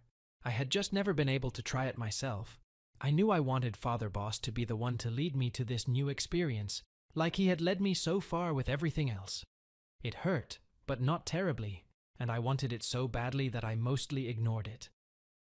"You are so ready," he commented. It hurt for a moment, and then I felt weird, but thankfully, not in a bad way. It was just a weird feeling. It was a lot of exciting sensations all at once, but when he touched a certain spot, a shot of pleasure ran through my entire body. It was like a bolt of lightning, making me let out a sound that was something between a sigh and a groan. "So that's it," he muttered. Father Boss had fumbled the place over and over again. He made sure to hit that exact spot each time. I was very grateful to be sitting on the table.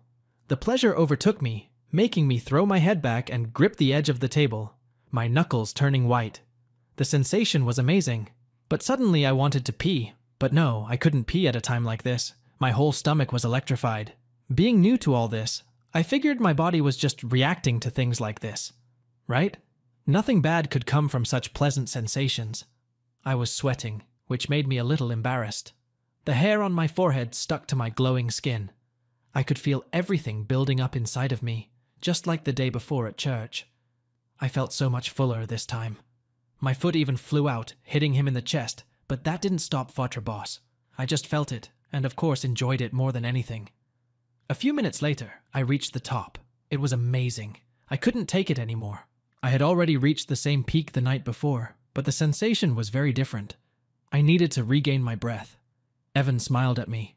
I let out a long sigh of satisfaction, then slowly raised myself up on my elbows and sat up properly. When I looked over at Boss's dad, I noticed that he was still puffing and looking very pleased with himself, looking at the mess he'd made. I pulled him, and he moved closer to me. I was a little afraid, of course, because I didn't know what it would feel like, and I knew I shouldn't do anything like that before marriage. But I didn't care. I wanted it too badly, and it wasn't a fact that I could ever marry him. We could go all the way after everything we'd already done, right? I needed this. Maybe I was wrong, because as I pulled him even closer, there was a pause. A moment of hesitation, and I gasped when my recent dreams finally came true. Suddenly, as if the two of us had been electrocuted, Father Boss jerked away from me. He pushed my hands away from him. Had I hurt him in some way? Looking at his face, I saw a frightened look, as if he had seen a ghost.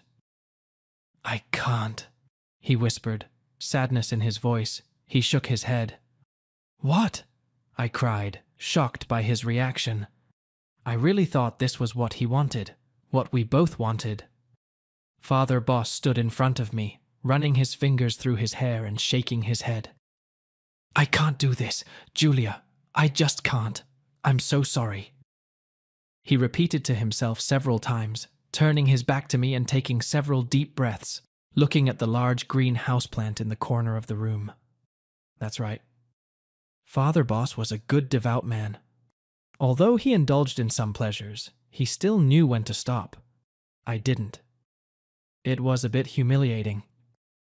I sat on the table and he stood with his back to me. "I need a cigarette, and to bed," he finally said, walked to the back door of the little house, and without stopping, headed straight for the street, leaving me there. I couldn't believe I'd been left sitting alone, and he hadn't said a word.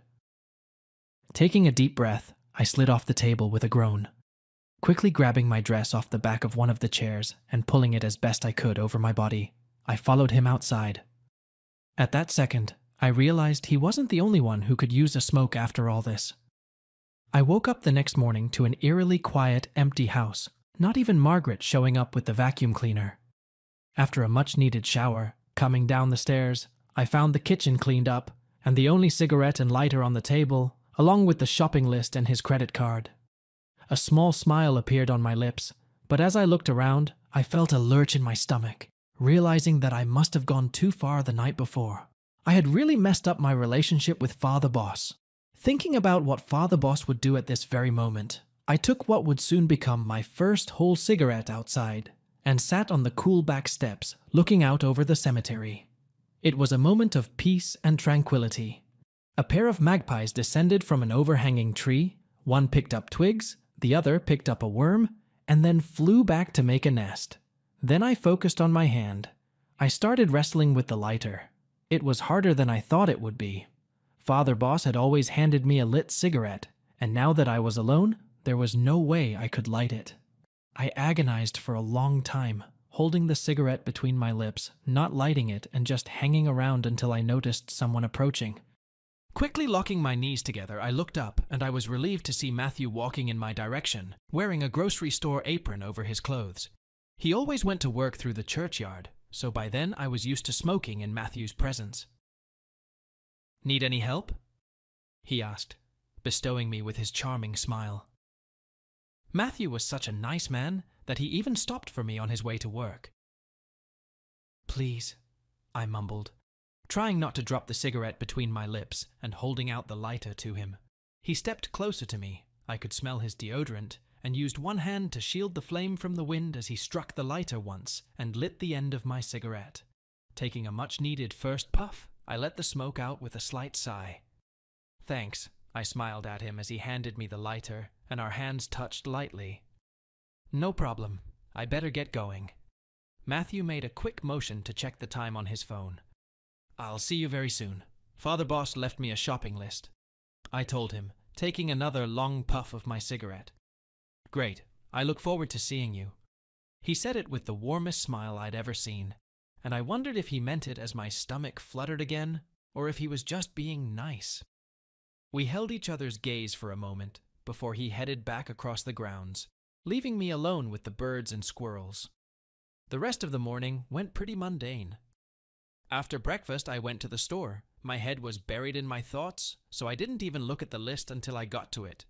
The list started with the usual stuff: various groceries and vegetables, some coffee, tea, toiletries, but at the end was something I never expected to buy. Something that had never been on my mom's list. 2 packs of cigarettes and a lighter. The brand was carefully written down to make sure I bought exactly the right ones.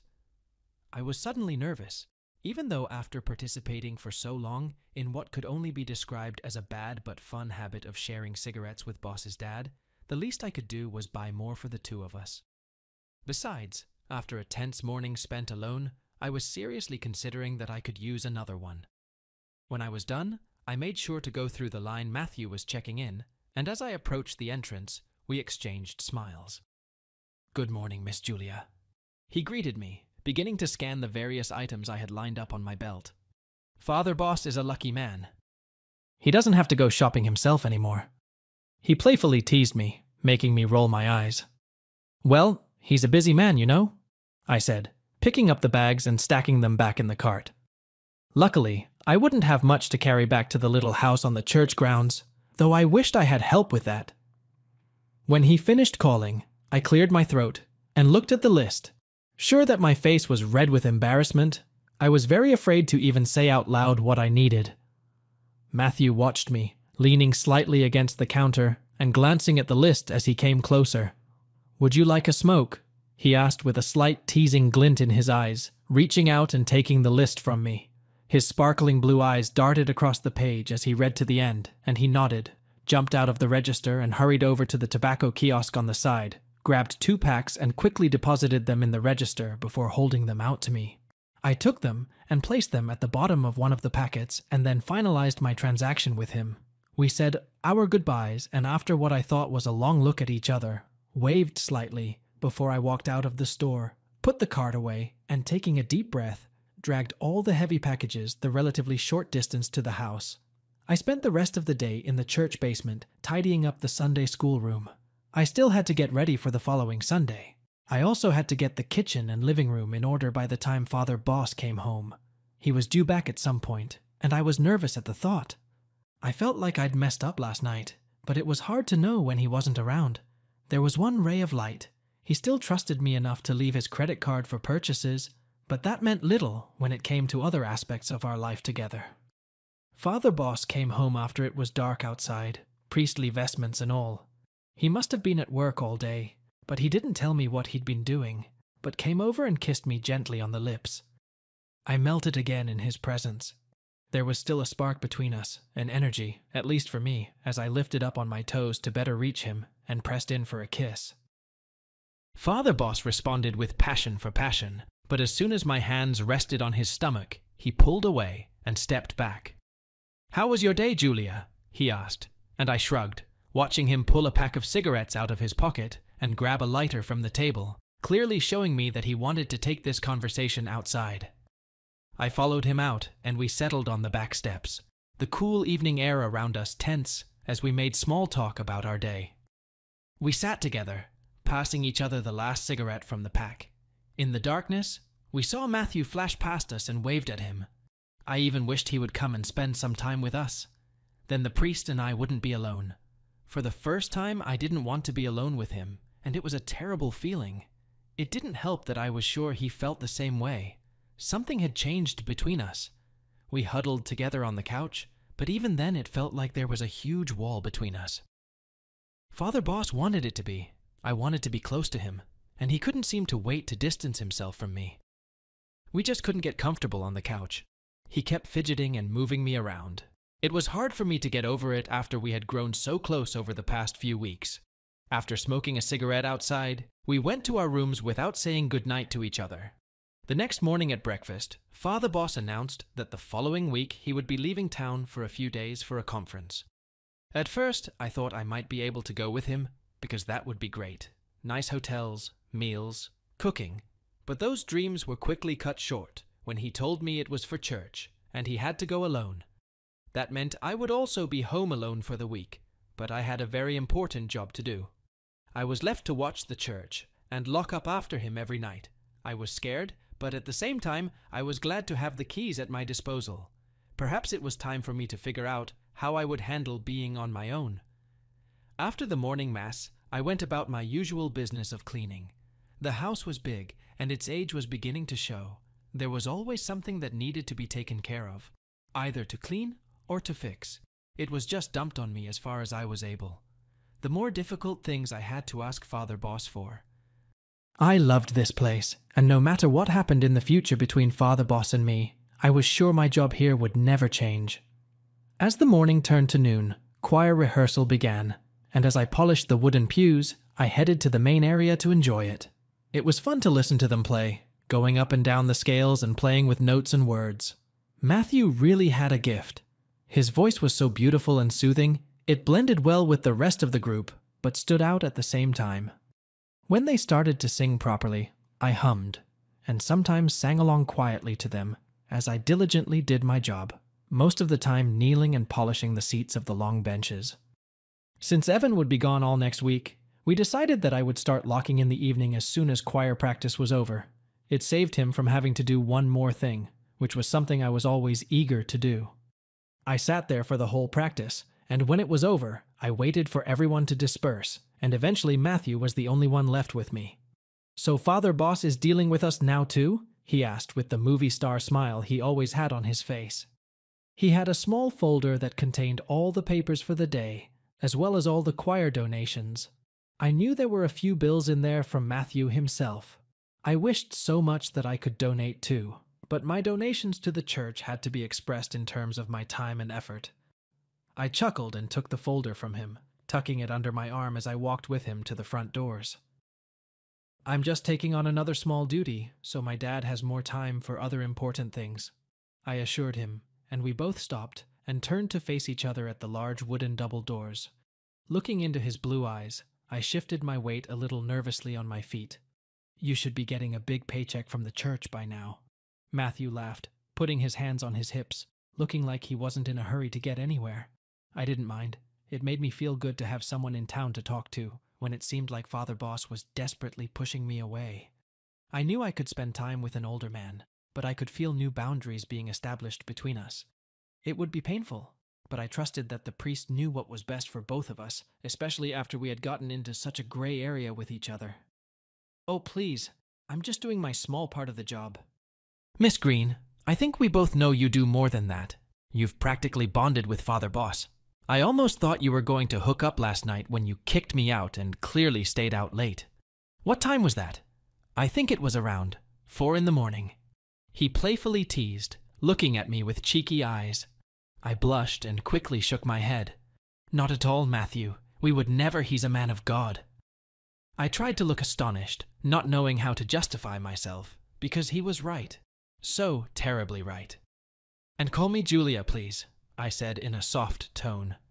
"I know he is. I was just teasing, Julia." Matthew reassured me, reaching out and squeezing my shoulder firmly. "I don't really think anything like that could be going on. Not with two people so devoted to the church." He shook his head, thankfully not wanting to believe something like that. He already knew too much about us, especially me, when it came to smoking. If things were going to continue, and it didn't look like they would, we'd have to be more careful. But his firm touch felt good. I loved it when he squeezed my shoulder, making my stomach flutter with butterflies, as he slowly slid his hand down my arm to my bare elbow, where he squeezed it affectionately again. It made me flustered, as it shouldn't have, but I couldn't help it. I knew I felt worked up when Boss's father rejected my advances. I wanted Boss so badly that this desire was clearly reflected in Matthew's friendly touches. I couldn't figure out why, maybe because of the way they looked, or because of how cute Matthew was. "Well, I'm glad you don't think so lowly of me." I smiled slightly as he let go of me and put his hand on the brass doorknob. "Thinking down on you? About you? Never."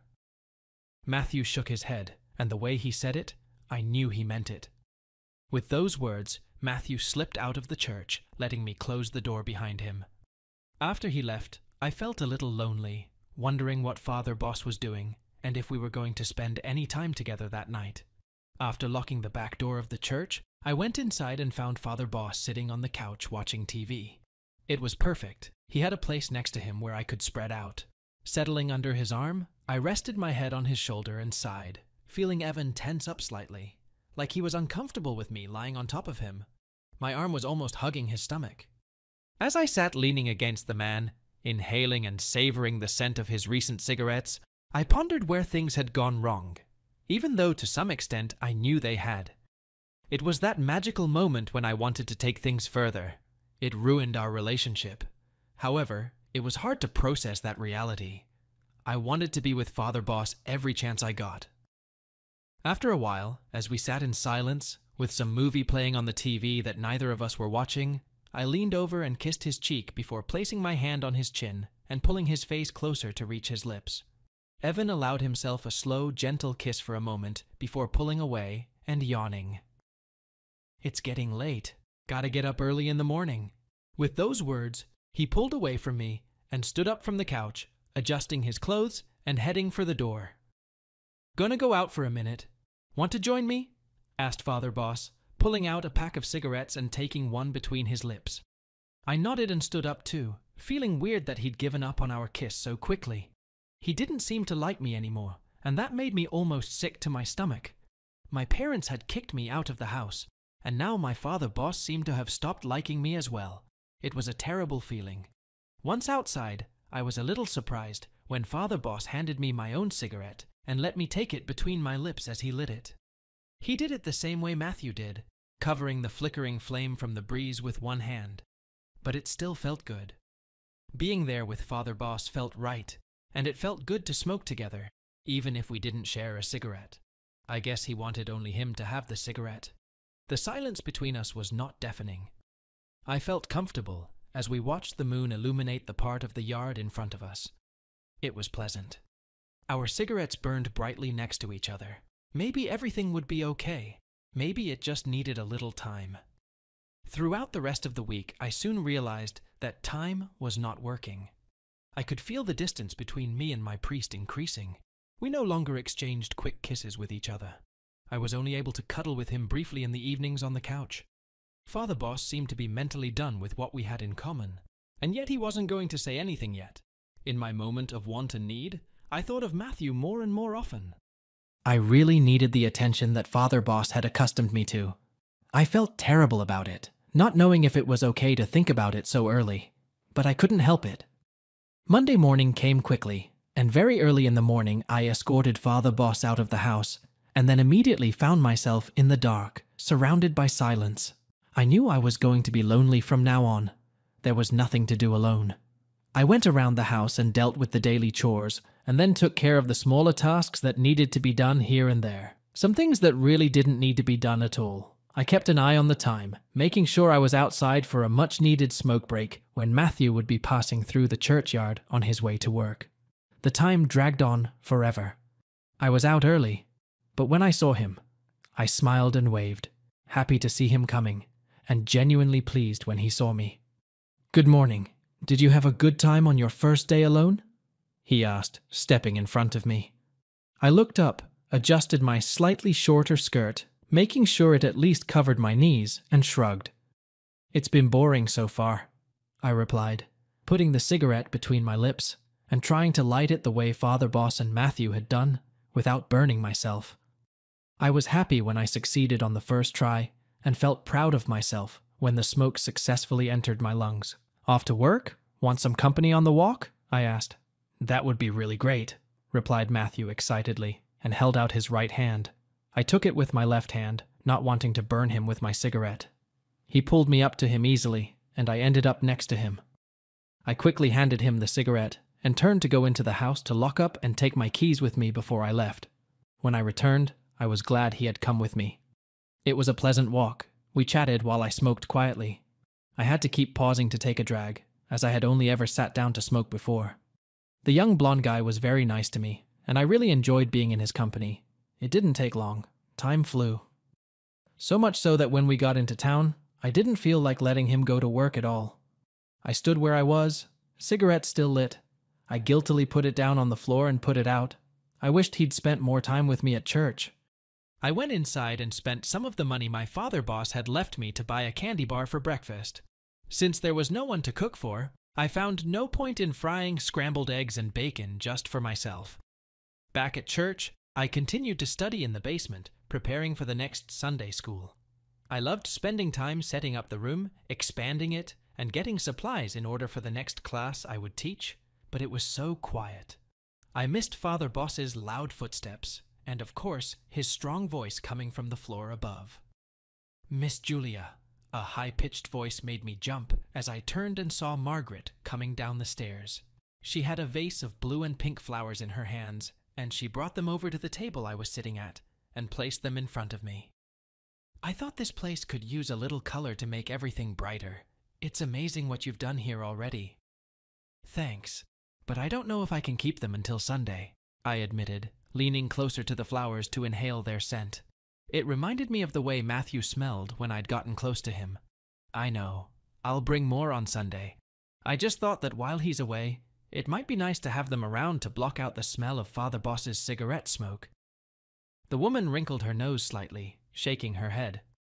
"Such a bad habit," muttered Margaret, heading for the stairs again. Sniffing, I got up from the table and wondered where she smelled the smoke from. Everything was spotless. I quickly turned back to the table and suddenly smelled smoke. I wondered if I should smell my own hair. And then it hit me. She was definitely talking about me. I smelled strongly of cigarettes, and now that I thought about it, it was time to take a little break. I could use another one. I chuckled slightly, thinking about the fact that I wouldn't have even considered having a cigarette if Margaret hadn't said anything. I went out for a smoke and sat there, the smoke billowing from my cigarette and the occasional breeze blowing me around. And I thought about the next time I went to the store with Matthew and bought some body spray to keep in my bag. Except I was well aware that I was trying to impress not only Father Boss, but the entire flock.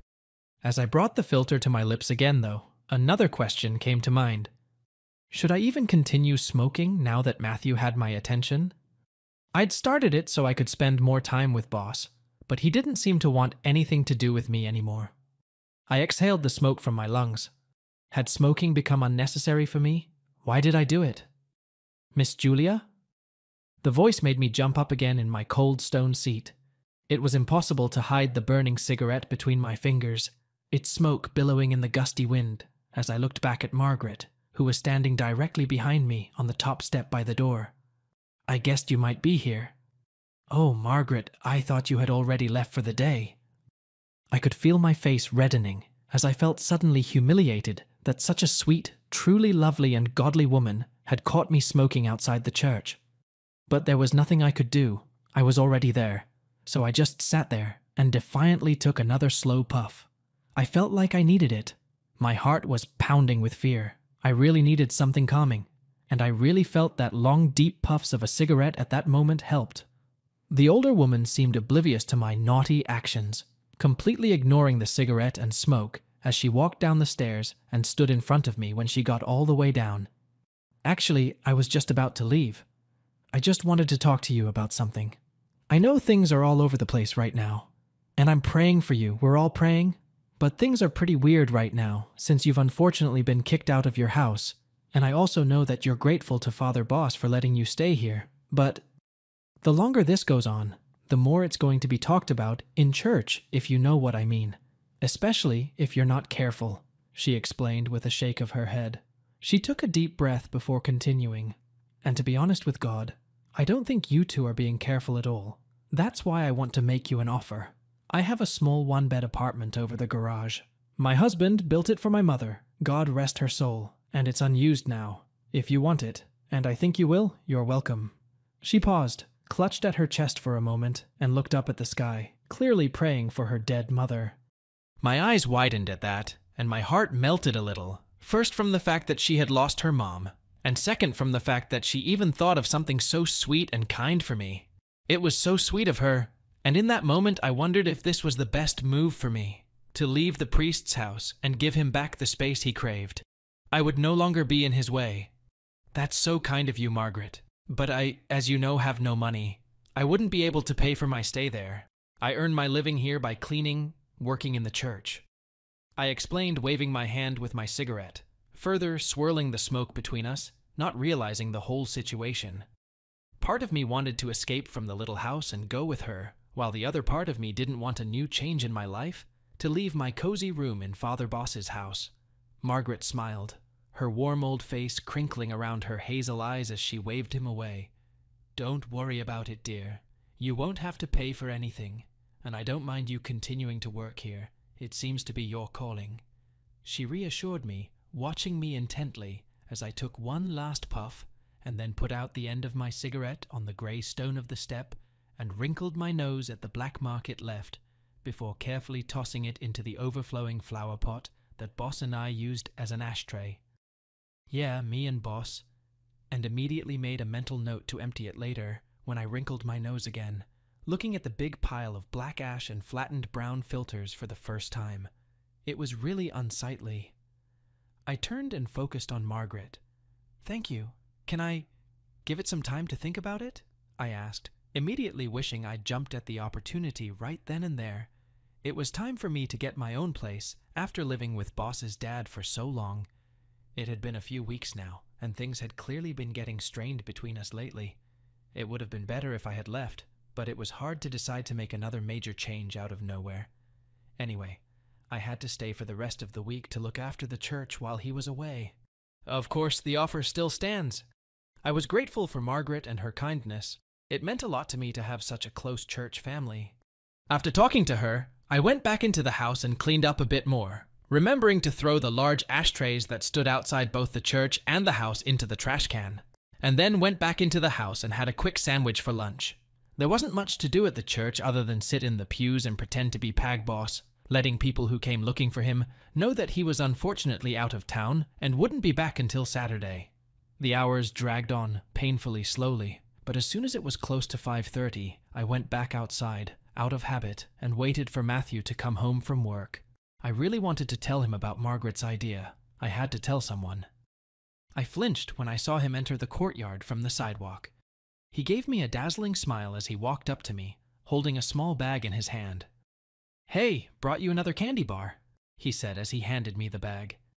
I laughed as I took it, thanking him for thinking of me, and placed it next to me on the step. Checking his phone, Matthew held out his hand to me. "Do you want me to light a cigarette for you at 5:30?" he asked with a slight glint in his blue eyes. After thinking about it for a while, I decided that I should do it. I really needed to quit if I was going to stay with Margaret in her apartment. Without Boss's father, there was no reason for me to continue. But something was pulling me towards someone else. Looking at a smiling Matthew, I decided there was nothing wrong with having at least one more drink. "Sure, you know me too well." I chuckled softly, pulling the pack out of my skirt pocket and pulling out one of the cigarettes, putting the filter between my lips. Handing him the lighter, I leaned forward, letting the man light it from the flickering flame. I liked it when Matthew lit my cigarettes. It was another way to bond with him. We stood in silence while I took the first puff, letting the smoke settle in my lungs like Father Boss, and then exhaling it back out with force. I smiled at him. "So, I have news." "Oh, go on?" His eyes sparkled at me. There was an interesting offer from Margaret today. She said I could move into an apartment on her property, not even rent-free. "Really? That's amazing, Julia. I'm really glad to hear that. I don't know what Father Boss will do with himself if you're not around." Matthew laughed and sat down directly below me on the step below the one I was standing on. I moved my legs out of the way to make room for him, but my feet were still so close to him that I could feel the warmth of his body. "I'm sure he'll be fine," I said, brushing off the thought that it might be otherwise. Father Boss was probably looking forward to having his house to himself again, since relations between us had cooled. "Perhaps you would like to come with me and take a look around the place before I make a decision?" I was watching Matthew so intently that I almost forgot about the cigarette burning between my fingers until a long ash startled me by falling to my lap, and I had to quickly brush it off. I took a quick drag while he pondered. "It would be my pleasure," he replied, looking down at me.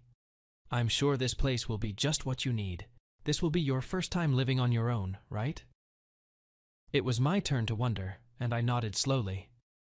"Yes, but I won't really be all alone, since Margaret and her husband will be living on the same estate." I shrugged. "But I'm very excited about it. I think it will be very good for me after everything that's happened."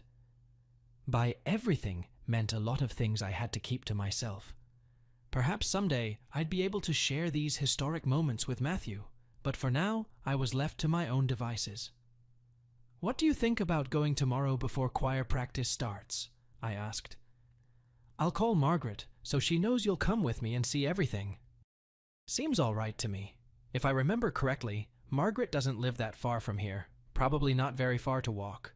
With that sorted out, we spent some more time talking, having already waited for my cigarette to end. We ended up spending the better part of an hour together before it got noticeably cooler, and it was time for Matthew to head home for dinner. We decided we'd meet up the next morning and said our goodbyes. He put his arm around my shoulders and gave me a brief hug, then quickly let me go. I went to bed that night, trying to think only of Matthew, trying not to let another man cross my mind. I didn't succeed this time. I was so disturbed by thoughts of the young man that I was all clamoring for attention again. I imagined what it would be like to be with him. The image in my head was flitting between the two men, alternating between them. Father Boss thrust himself into me and poisoned my mind with the amazing sensations he gave. Every night I thought about him. Now I wanted those sensations again, and more. I knew that if it was going to happen, I needed to make the most of it. Father Boss changed me into a young innocent. A lot of things I never thought about at all. I looked at boys, then men, and appreciated them. But that was all. He turned me into a naughty woman. One whose brain worked overtime at night. There was something else. There was an open pack of cigarettes sticking out of my skirt pocket. Half the time I didn't even recognize myself. I should have confessed all this to Father Boss and absolved myself of all my sins. But that would have been cheating. I'd say I really liked this new me. That night, I slept the worst dream of my life. I dreamed about so many different things in between waking up and just lying in bed, staring up at the dark ceiling. When I closed my eyes, I dreamed of my new apartment and what it might look like. At one point, I even dreamed of my parents. Nothing felt right, though. My dreams jumped and danced, but ended up seeming like nightmares as my eyes instantly flew open, and I gasped loudly in the eerily quiet pitch blackness. A heavy feeling of uncertainty arose. How could I be sure this was all a good idea? Morning couldn't come fast enough. I was glad to get up and step out of my dream world to focus on reality. I dressed in one of my simple skirts and blouses and walked down the stairs to tend to Boss's father's plants, as I had been doing in the morning since he left. The living room was like a jungle, and the jug took some work. Finished with it, I looked out the door. It was still dark and pouring rain, so I grabbed one of Boss's coats and slipped outside for a cigarette, noting that even in this bad weather, I was already doing a bad job of quitting smoking. I stood outside with a cigarette in the rain, but I needed it. Really needed it. For one thing, it was nice to surround myself with the smell of the boss in his warm jacket. But I'd been up for so long that after such a restless night, I wanted something to calm my nerves a little. For a few minutes, it worked. There was calm on the back doorstep, the gray sky draped in clouds beginning to lighten little by little as the sun contemplated rising over the church in the east. I went back into the house and ate the chocolate bar Matthew had brought me the day before. I sat at the kitchen table and ate it, looking out the window at the beautiful churchyard. I'm going to miss mornings like this. More than that, I would miss the mornings spent on the back steps with Father Boss, remembering a time when nothing had changed between us. Even thinking about it now was hard, so I quickly finished my meal and went in search of other things to do around the house, mostly hanging around restlessly until it was time for Matthew to get ready for work. He had a short workday on Tuesdays, so he had time to get home and change his clothes in time for choir practice in the afternoon. Fortunately, I knew we would have plenty of time after he was free to look around the apartment before he was needed at church. I began to learn almost too much about the other's schedule, but over time we grew closer. It was still raining as he made his way through the cemetery toward me, but I had already lit a cigarette and was ready to walk with him the rest of the way to work. I chatted the whole way, glad that even in the rain I finally had someone to talk to. That was another thing that scared me about being alone. I would always be alone. I'd already had a hard enough time in the short time Father Boss had been away. I missed having someone to cook for in the mornings, sitting with him over a cup of coffee before we went about our business. Walking with Matthew was nice, but I would have to give that up too, to live in an apartment. Things were going to change again, and I felt more insecure every day. Living in the church, I felt like I was in the center of things. People were always coming and going. There were always people to talk to. This new decision could have left me even more isolated than before. Outside the grocery store, Matthew and I confirmed our plans to meet there again in a few hours. When he stepped inside, my heart shook slightly as he waved goodbye. The doors closed, and I felt alone again. I didn't know what to do next. I didn't feel like going back to church yet, so I went into town for the first time in years, where there were a few stores.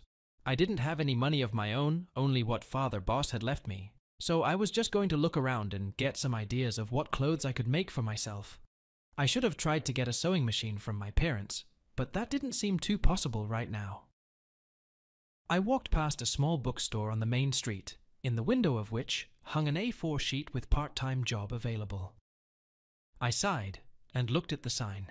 It was a job I could easily handle, but with all my time taken up with helping out at church, would I be able to get a real job too? My parents would be happy for me. They desperately wanted me to work. Plus, if I moved out of the little house, I would need money. I'd really need food. I hesitated. Maybe I should stay with Father Boss after all. I didn't go into the house and continued walking down the street.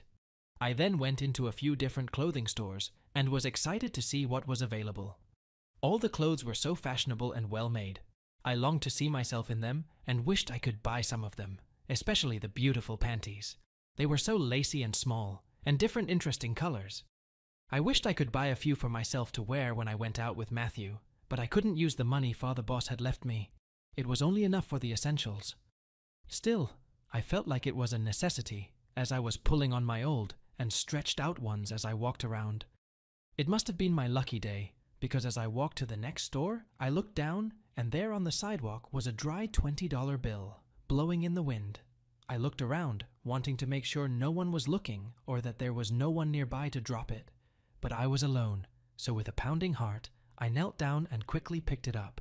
Then I wondered if I should even use it or give it to the church. But as I stood there with the bill in my hand, the rain stopped, the clouds parted, and a ray of warm sunshine broke through. It must have been a sign from God, a sign that told me to go forward. Who am I to ignore a sign from God? Taking a 20, I walked into the nearest clothing store, browsed through all the ones available there, and picked out the simple cotton red ones. They looked like something I would never have thought to wear, but I liked them. It was the only thing I bought before leaving the store and heading back to the church. I put the $5 change in the collection pot. Then I found Margaret, who was putting flowers in vases, to let her know that Matthew would come with me to see the apartment, just because he was curious. Fortunately, she was fine with it, informing me that the door was unlocked and we could go up as soon as we got there. Once I was in the little house in the middle of the kitchen, it was with a good feeling that I dumped my old panties on the floor and changed into my new ones. I felt good when I put them on. They fit me perfectly. Just putting them on made me feel more confident. There was nothing to do at church, so I spent my time at the boss's house watching TV, mostly changing channels. Outside, I smoked another cigarette. When my time with Matthew came to an end and I was even more bored, I got up and went to the bathroom, deciding to freshen up. After spritzing myself with body spray, fixing my hair and clothes, I stared in the mirror for a moment. It felt really good to see myself like this. I gathered up all my things to leave again.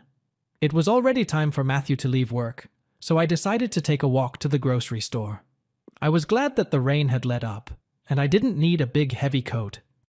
When I got there, I was too early again. The store was only minutes away, so I just stood at the entrance and leaned against a small wall. I opened my pack of cigarettes and noticed with a shudder that I only had 2 cigarettes left, which was definitely a positive thing. It would be much easier to quit smoking tomorrow. I was too early for Matthew. He had another 15 or 20 minutes of work to do, so sitting against the wall opposite, I lit the penultimate cigarette and waited for him to fill my lungs with smoke. Because I was so early, I was able to finish my cigarette and find a trash can to throw it in long before he came out. "Hey, Jules." Matthew greeted me with a huge smile as he walked out of the store. It was cute that he was shortening my name. I liked that. He was still in his apron and, interestingly enough, was carrying a small paper bag in his hand. "I bought you another candy bar and a pack of cigarettes." He smiled at me. "I was restocking and couldn't help but think of you," he said, reaching out and handing me the bag. It was very nice of him, and I was very grateful. First of all, he had thought of me, and secondly, the package that Father Boss had left me was now practically empty. If I didn't quit, I would have to come back tomorrow morning for a new one with necessity money. Is my morning cigarette a necessity? The 2 I smoked this morning are definitely, I had a really bad night. And this afternoon I was just bored waiting. The boss might have thought it was important. I really thought I had planned to quit smoking properly, but I really couldn't do it now.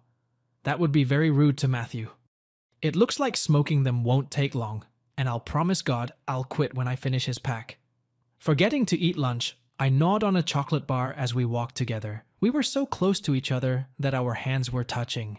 It kept happening, and I apologized a couple of times, but I was really enjoying it. He must have too, because then it happened a couple more times, and so much so that after a few minutes he subtly reached out and intertwined our fingers, holding my hand in a way no man had ever held it before. It made my body warm with embarrassment. We walked like that all the way to Margaret's house, letting go only at the corner when we reached the lot. Compared to Margaret's nice little house next door, 2 stories high, with stairs on the side leading up to the apartment entrance, it didn't look like much. I was a little surprised that her mother, in her advanced years, uses such steep steps. Climbing the wooden stairs to the top, Matthew opened the door, which creaked on its hinges as it swung open in front of me, and a wall of very musty air washed over me. Once inside, we both coughed. The apartment was fully furnished, and judging by the large accumulation of cobwebs and layers of dust, it looked like it hadn't been cleaned since Margaret's mother had lived here. The furniture was in a classic style with floral patterns. Everything was perfect for a single woman of a certain age. The kitchen and living room were not separated. It was one large open room. The small kitchenette had everything you needed. There were 2 doors down the hall, one to a tiny bathroom with all the essentials, and the other to an equally dusty bedroom, where there was already a full-size double bed with no sheets or duvet covers. I was sure Margaret would help me with that when I moved in. There was a small TV hanging on the wall that could be watched from the bed, but it was a little smaller than the one in the living room. As I looked around the room, I saw the thing that made me really want to move. A sewing machine that stood on a bookshelf with lots of fabrics and stuff in baskets around it. I smiled at the sight of this spectacle. It was the deciding factor for me. It was a place where I felt I could stay and grow further. The sewing machine was another sign that this was where I was meant to be. I like it a lot, I finally said to Matthew, turning around and looking back at him. He was looking around too, marveling at the place. Me too. I think it's perfect for you. Although I have to admit it looks like my grandmother's house. He laughed. It probably needs a little remodeling for a younger woman, but for now it's very nice. Matthew walked over and sat on the bed, glancing at the bedside table. Oh, look, another reason why this is a good place for you. You won't have to stand outside in the pouring rain anymore. He grinned and picked up an empty thick glass ashtray and twirled it in his hands, examining it. The light from the window almost sparkled on it. I walked over and stood in front of him, taking the ashtray and marveling at how heavy it was. Wow, that's actually quite nice. Much better than a potted plant. I smiled, carefully placing it back on the table so as not to break it. So, you really think this place is the best for me? I asked, sitting down next to him on the bed, so close that our legs were touching. Yes, I think so. I mean, this place is great, and it gives you freedom and privacy. Plus, you don't have to tiptoe around the boss. He explained, leaning back slightly on the headboard and wrapping his arms around himself to keep himself on his feet. Privacy. It was true. I could have privacy, since I doubted Margaret would drop in on me unannounced. It would be a quiet corner where I could sew, groom, and invite people over if I wanted. There would be no need to share with Father Boss or clean up after someone who wasn't me. The thought was bittersweet, but I knew the church would still be around, and I could keep working for him. I guess you're right. I nodded with a quiet sigh. It can get a little lonely here, though. Will you come visit me from time to time? Matthew grinned again. Of course I will. I'm looking forward to your delicious cooking, too. Father Boss raved about it when we were working on the lighting in the church. I chuckled. Sure, but don't expect too much. It's really not impressive. I don't believe you. You have to show me that. Matthew wiggled his eyebrows, playfully, yet defiantly. On the way back to church, we held hands again. This time I took his hand and intertwined our fingers. It felt good to feel that connection the whole time we walked. When we reached the church, we stared at each other for a couple seconds, unsure of what to do next, and then we uncrossed our arms and walked inside. Matthew went off to meet the rest of the choir members, and I went to the church kitchen to make sure there was fresh lemonade and mugs of tea and coffee for all the adults ready for when they were done. It was just nice to hear them singing while I mixed freshly squeezed lemon juice with hot water and sugar, storing it in the refrigerator and pouring ice into the pitcher. Even from there, I could almost make out Matthew's voice. As much as I wanted to listen to more of them, I suddenly realized that I wanted to smoke again. I hadn't had a single cigarette since I'd met Matthew at the grocery store. I grabbed my old pack, pulled out the last one with a strange feeling, and tossed the empty box into a trash bag before heading out to the back steps. Over the past few days, I had smoked the whole pack, no longer the boss and I sharing, just me. I didn't know whether to be afraid of that fact or proud of it. Outside the church, the steps were still dry, thankfully, so I could sit down and take a nice puff of smoke. As I inhaled another puff of smoke, holding it in for a second to let it back out between my lips, I pondered whether or not I would actually quit after the next pack. I kept smiling at the recurring thought that was floating around in my head. For some reason, I felt like using the glass ashtray we found in the apartment. Sitting there in the gusty wind, I unfortunately could barely hear the singing outside, mostly just the music coming from the hallway.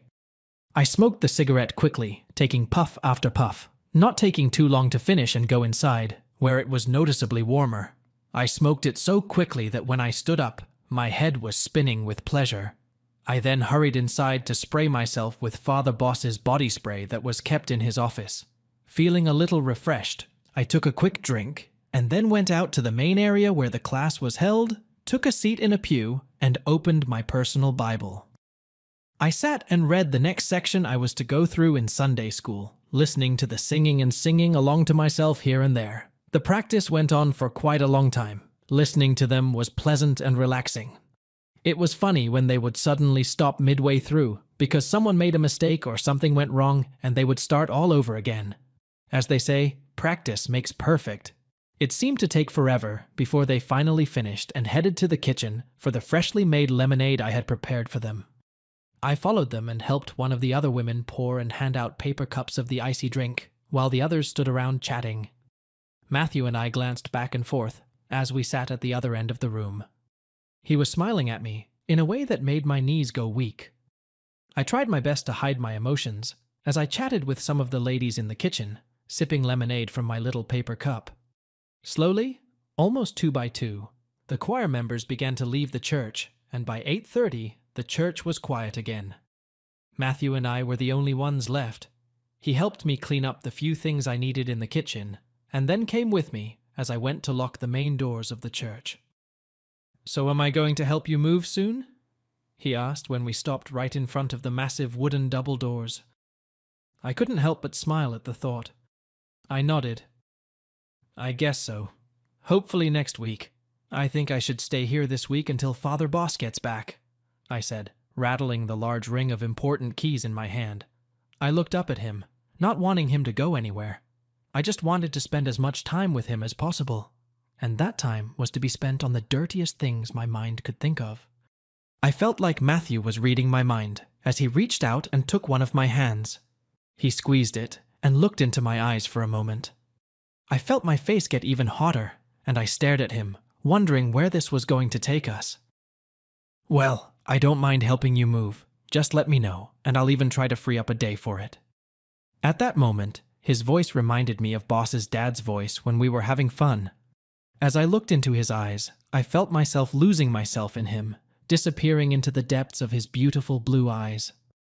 I took a step forward and nodded slowly as I felt his hand touch my cheek. I snuggled up to him even more, and soon we were standing there kissing each other softly. After a couple minutes of our passionate embrace, I had to stop to catch my breath, and I gently pushed him away. "Wait, I need to lock up." The last thing I wanted was for someone to walk in and see us together like this. I knew it wasn't something that should happen in church, but when you become a naughty girl with very angry thoughts, one bad thing escalates into another. I just couldn't help myself. I had been kept waiting long enough as it was.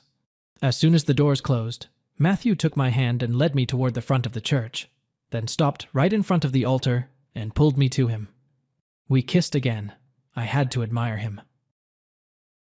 He was much more trim than Father Boss, even with the rudiments of a six-pack on his stomach. I ran my hands down his back. I felt a mixture of joy and nervousness at the same time. It felt like the first time. I couldn't wait to show him something new just for him. His lips stopped me from thinking about much when he came back to me. Suddenly, my cigarette pack and lighter, weighed down by my skirt, flopped to the ground and huddled around my feet. The cool air of the church immediately hit my feet. At that moment, I felt very different. "You look even better than I imagined," he admitted. Would I really be able to do this? I knew I wanted to, but it felt so wrong. We were in church, next to the holy pulpit from which Father preached. On Sunday morning, all eyes would be on the place, including my own. All of this made the situation all the more exciting. Matthew seemed to misunderstand my thoughts. "Are you sure you want to do this?" he asked. "If we do this, there's no going back." I knew what he meant, and it really should have made me stop and think. But even if it had, I think I still would have decided to keep going. Hell or high water. I was going to do it with Matthew. This was my sanctuary. What better place to lose it? "I'm sure," I replied confidently. I wanted to solidify this and not go back. I wanted it. Wanted to experience this whole new thing with Matthew and get even more than that with him. Maybe the romance I couldn't get with Father Boss. He kissed me back. I had to stop talking. All the sounds we were making were already echoing around the church. Here too. I had to take most of the scene out because of YouTube. Even though everything was happening so fast, it seemed like Matthew was taking his time getting to know me. He was touching me so gently. Matthew looked at me and smirked slightly when he saw the desperate expression on my face. "You really want this, don't you?" he asked. My hands dropped down to grasp his shoulders tightly, not wanting to fall. This time, it was different. "May I?" he asked in a low tone. I was nervous, but at the same time, it was exactly what I wanted. I'd gotten to this point a few weeks ago. I've dreamed about it so many times in the past few days. I grinned and nodded, trying my best to relax. It was a lot, and all at once. It stung a little, but I fought the discomfort. He froze for a moment, breathing heavily and looking up at me, pressing our foreheads against each other again. I looked up at him. "Does it hurt?" asked Matthew, remaining as still as possible. "A little," I replied, "but not too bad. You can move if you want to." At that moment, I wanted to be strong, like the girls in the movies I'd watched recently. I must have been ready enough. As the speed changed, so did the sensation. The discomfort was fading, and soon I was feeling really good. "Oh, it feels so good," shouted I. At this point, I could no longer keep quiet. My own voice bounced off the walls and came back to me, my face flushed with embarrassment. Maybe I had been in suspense for too long, because it seemed like it didn't take long before everything came to an end.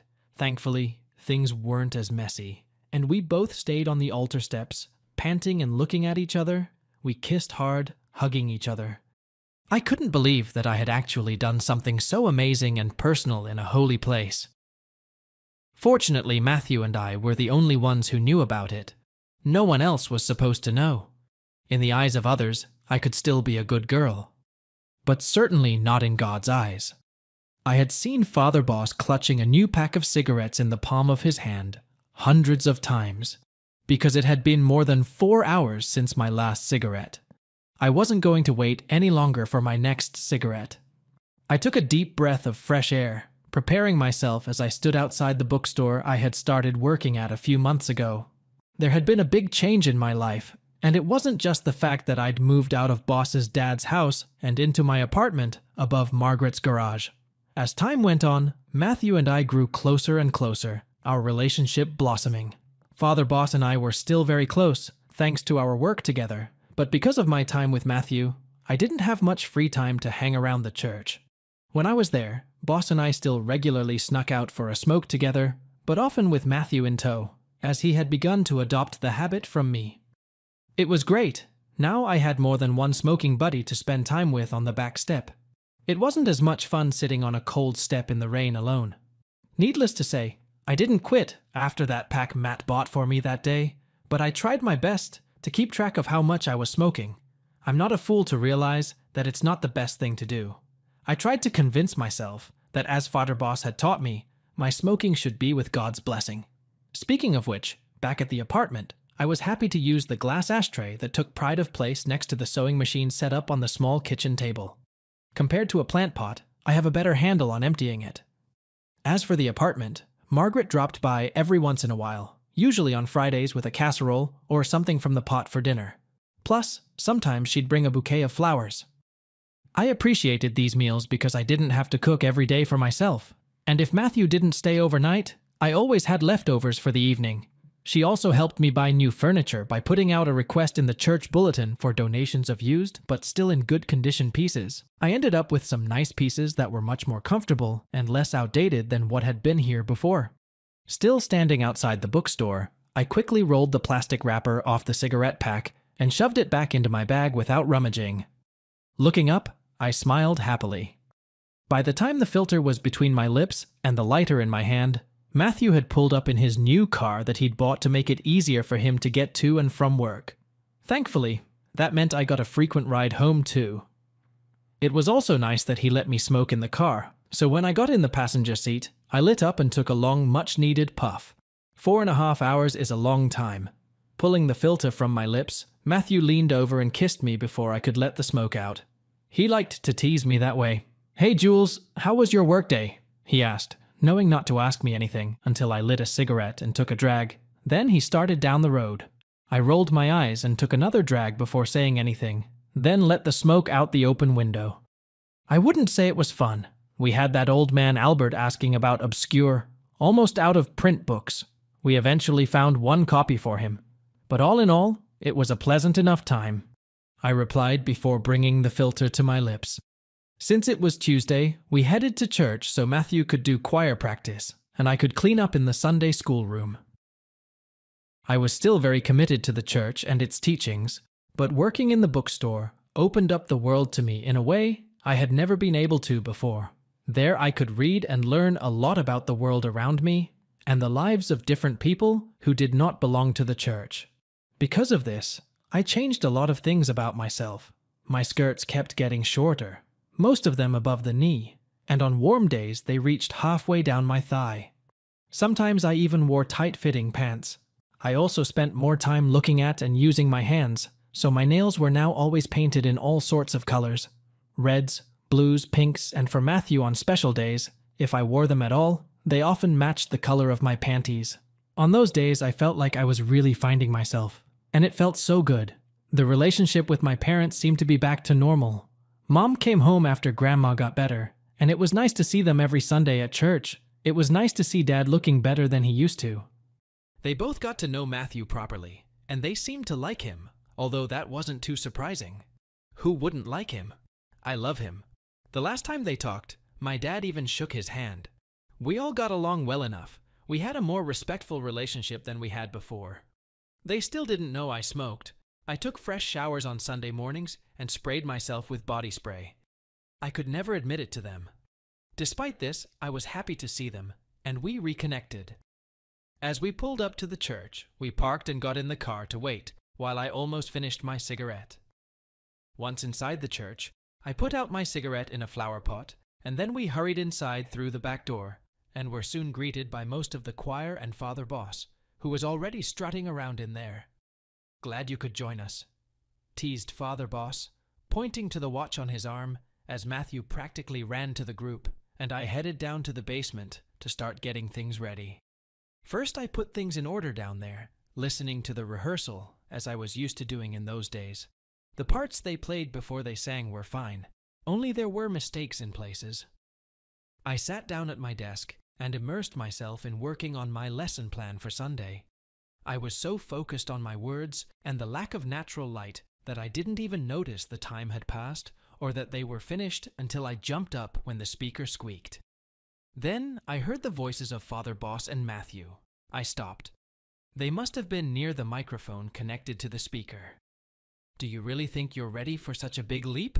asked Father Boss, his tone sounding a little concerned. "How do you think Julia will take it?" When I heard my name, I perked up my ears and looked at the speaker. I wished it would give me more answers. "I think she'll understand. That's normal next step for a man my age, right?" Matthew spoke uncertainly, and I wondered what they could have been talking about. My blood felt like it was going to run cold. Had he really abandoned me? Had what we had ended? I was frustrated and annoyed that I couldn't hear anything else as they must have moved away from the microphone, but I was getting very curious. My head was spinning. I couldn't even keep working on the lesson plan. I couldn't focus on it now. I would have to come back to it later that week. Instead, I went back up to the main floor. My heart was racing and my mind was in a state of confusion. At this point, I realized I was still sucking and chewing on the end of the pen. I realized I needed a cigarette first and foremost. At the top of the stairs, I found two men who were still in the same spot and talking in a low voice, obviously having fallen silent and changed the subject as soon as they saw me. They had never discussed the weather so loudly before. I waved to both of them, and they smiled back at me happily. I put 2 fingers to my lips a couple times in an exaggerated way to let them know where I was going. "I'll be out in a minute to join you," Matthew announced in almost a full voice from the pulpit. I guessed it wasn't going to start raining. Now he would join me more and more often and borrow a cigarette to take a couple of puffs, but he had to be careful because he had a very keen sense of his singing voice. I just loved that company, spending more and more time with him, cigarette or no cigarette. But at the moment, I was more concerned with what he was thinking right now. This morning when he got out of bed, he didn't say anything special. I sat down, tucking my short skirt under me as best I could, settled into my seat on the cold back step, and focused on my hand, flicking the lighter. The smoke couldn't get into my lungs fast enough. The tip of the cigarette hissed loudly as my lungs worked and my brain was on edge. I took a deep drag on the cigarette, taking a long 3 puffs. I wanted the nicotine to do its thing soon and relax me. As I sat there, I soon heard Matthew's loud footsteps through the church. The soles of his shoes echoed on the tile floor. He stood in front of me and squeezed my shoulders affectionately, then held out his fingers, asking me to share a cigarette.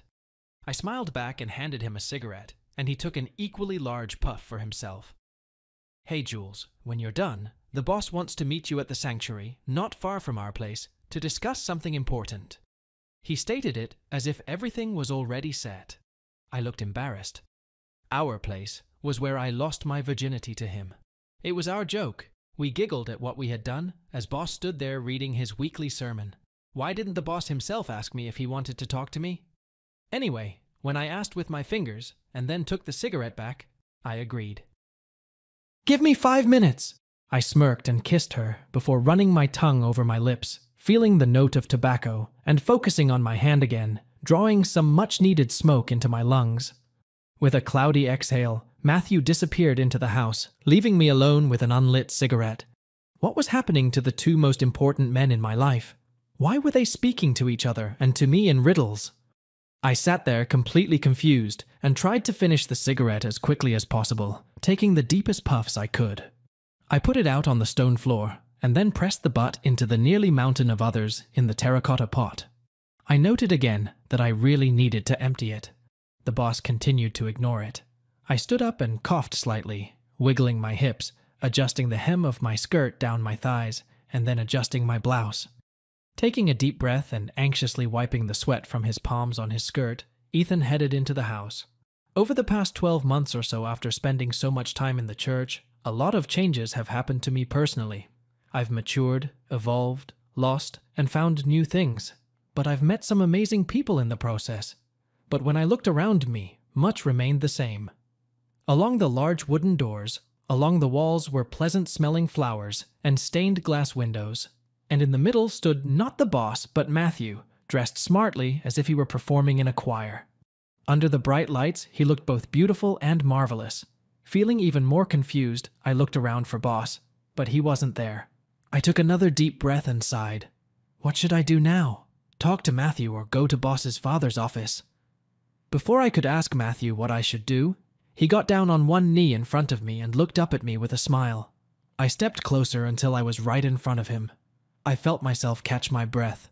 My eyes instantly followed his right hand and widened as they focused on the black velvet box he pulled from his pocket. I know it hasn't been that long since we met. I just know what I want for the rest of my life, he explained as his fingers opened the box and held it out to me. Inside was a beautiful shimmering diamond and gold ring. It looked old, but at the same time stunning. I gasped quietly, feeling myself start to breathe again. My heart was pounding like crazy, and now my mouth was dry from the cigarette, and I stared at him and the gorgeous ring in the box. I was speechless. Tears came to my eyes. I couldn't believe what was about to happen. "Julia Ruth Green, will you marry me?" He smiled, looking at me hopefully, so smooth were his words. I nodded slowly in agreement, and a tear of happiness ran down my nose. How could I say no to him? I muttered, "Yes, of course." I held my trembling left hand out in front of me. Without moving, he carefully slipped the ring onto my finger and stood up. Happy tears streamed down my face as we kissed and hugged. I couldn't stop telling Matthew how much I loved him. We stood there hugging, kissing, and crying for what seemed like an eternity.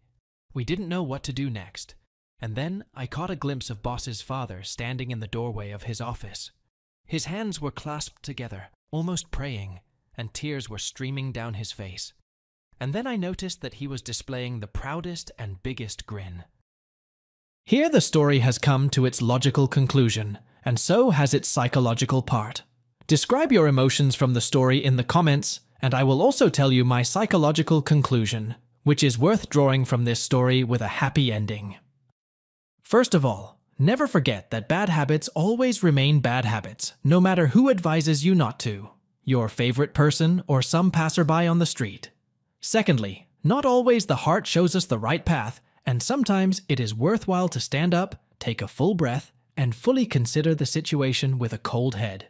If you like the story, be sure to support it by liking and subscribing, and be sure to express your opinion in the comments, and I will read and respond.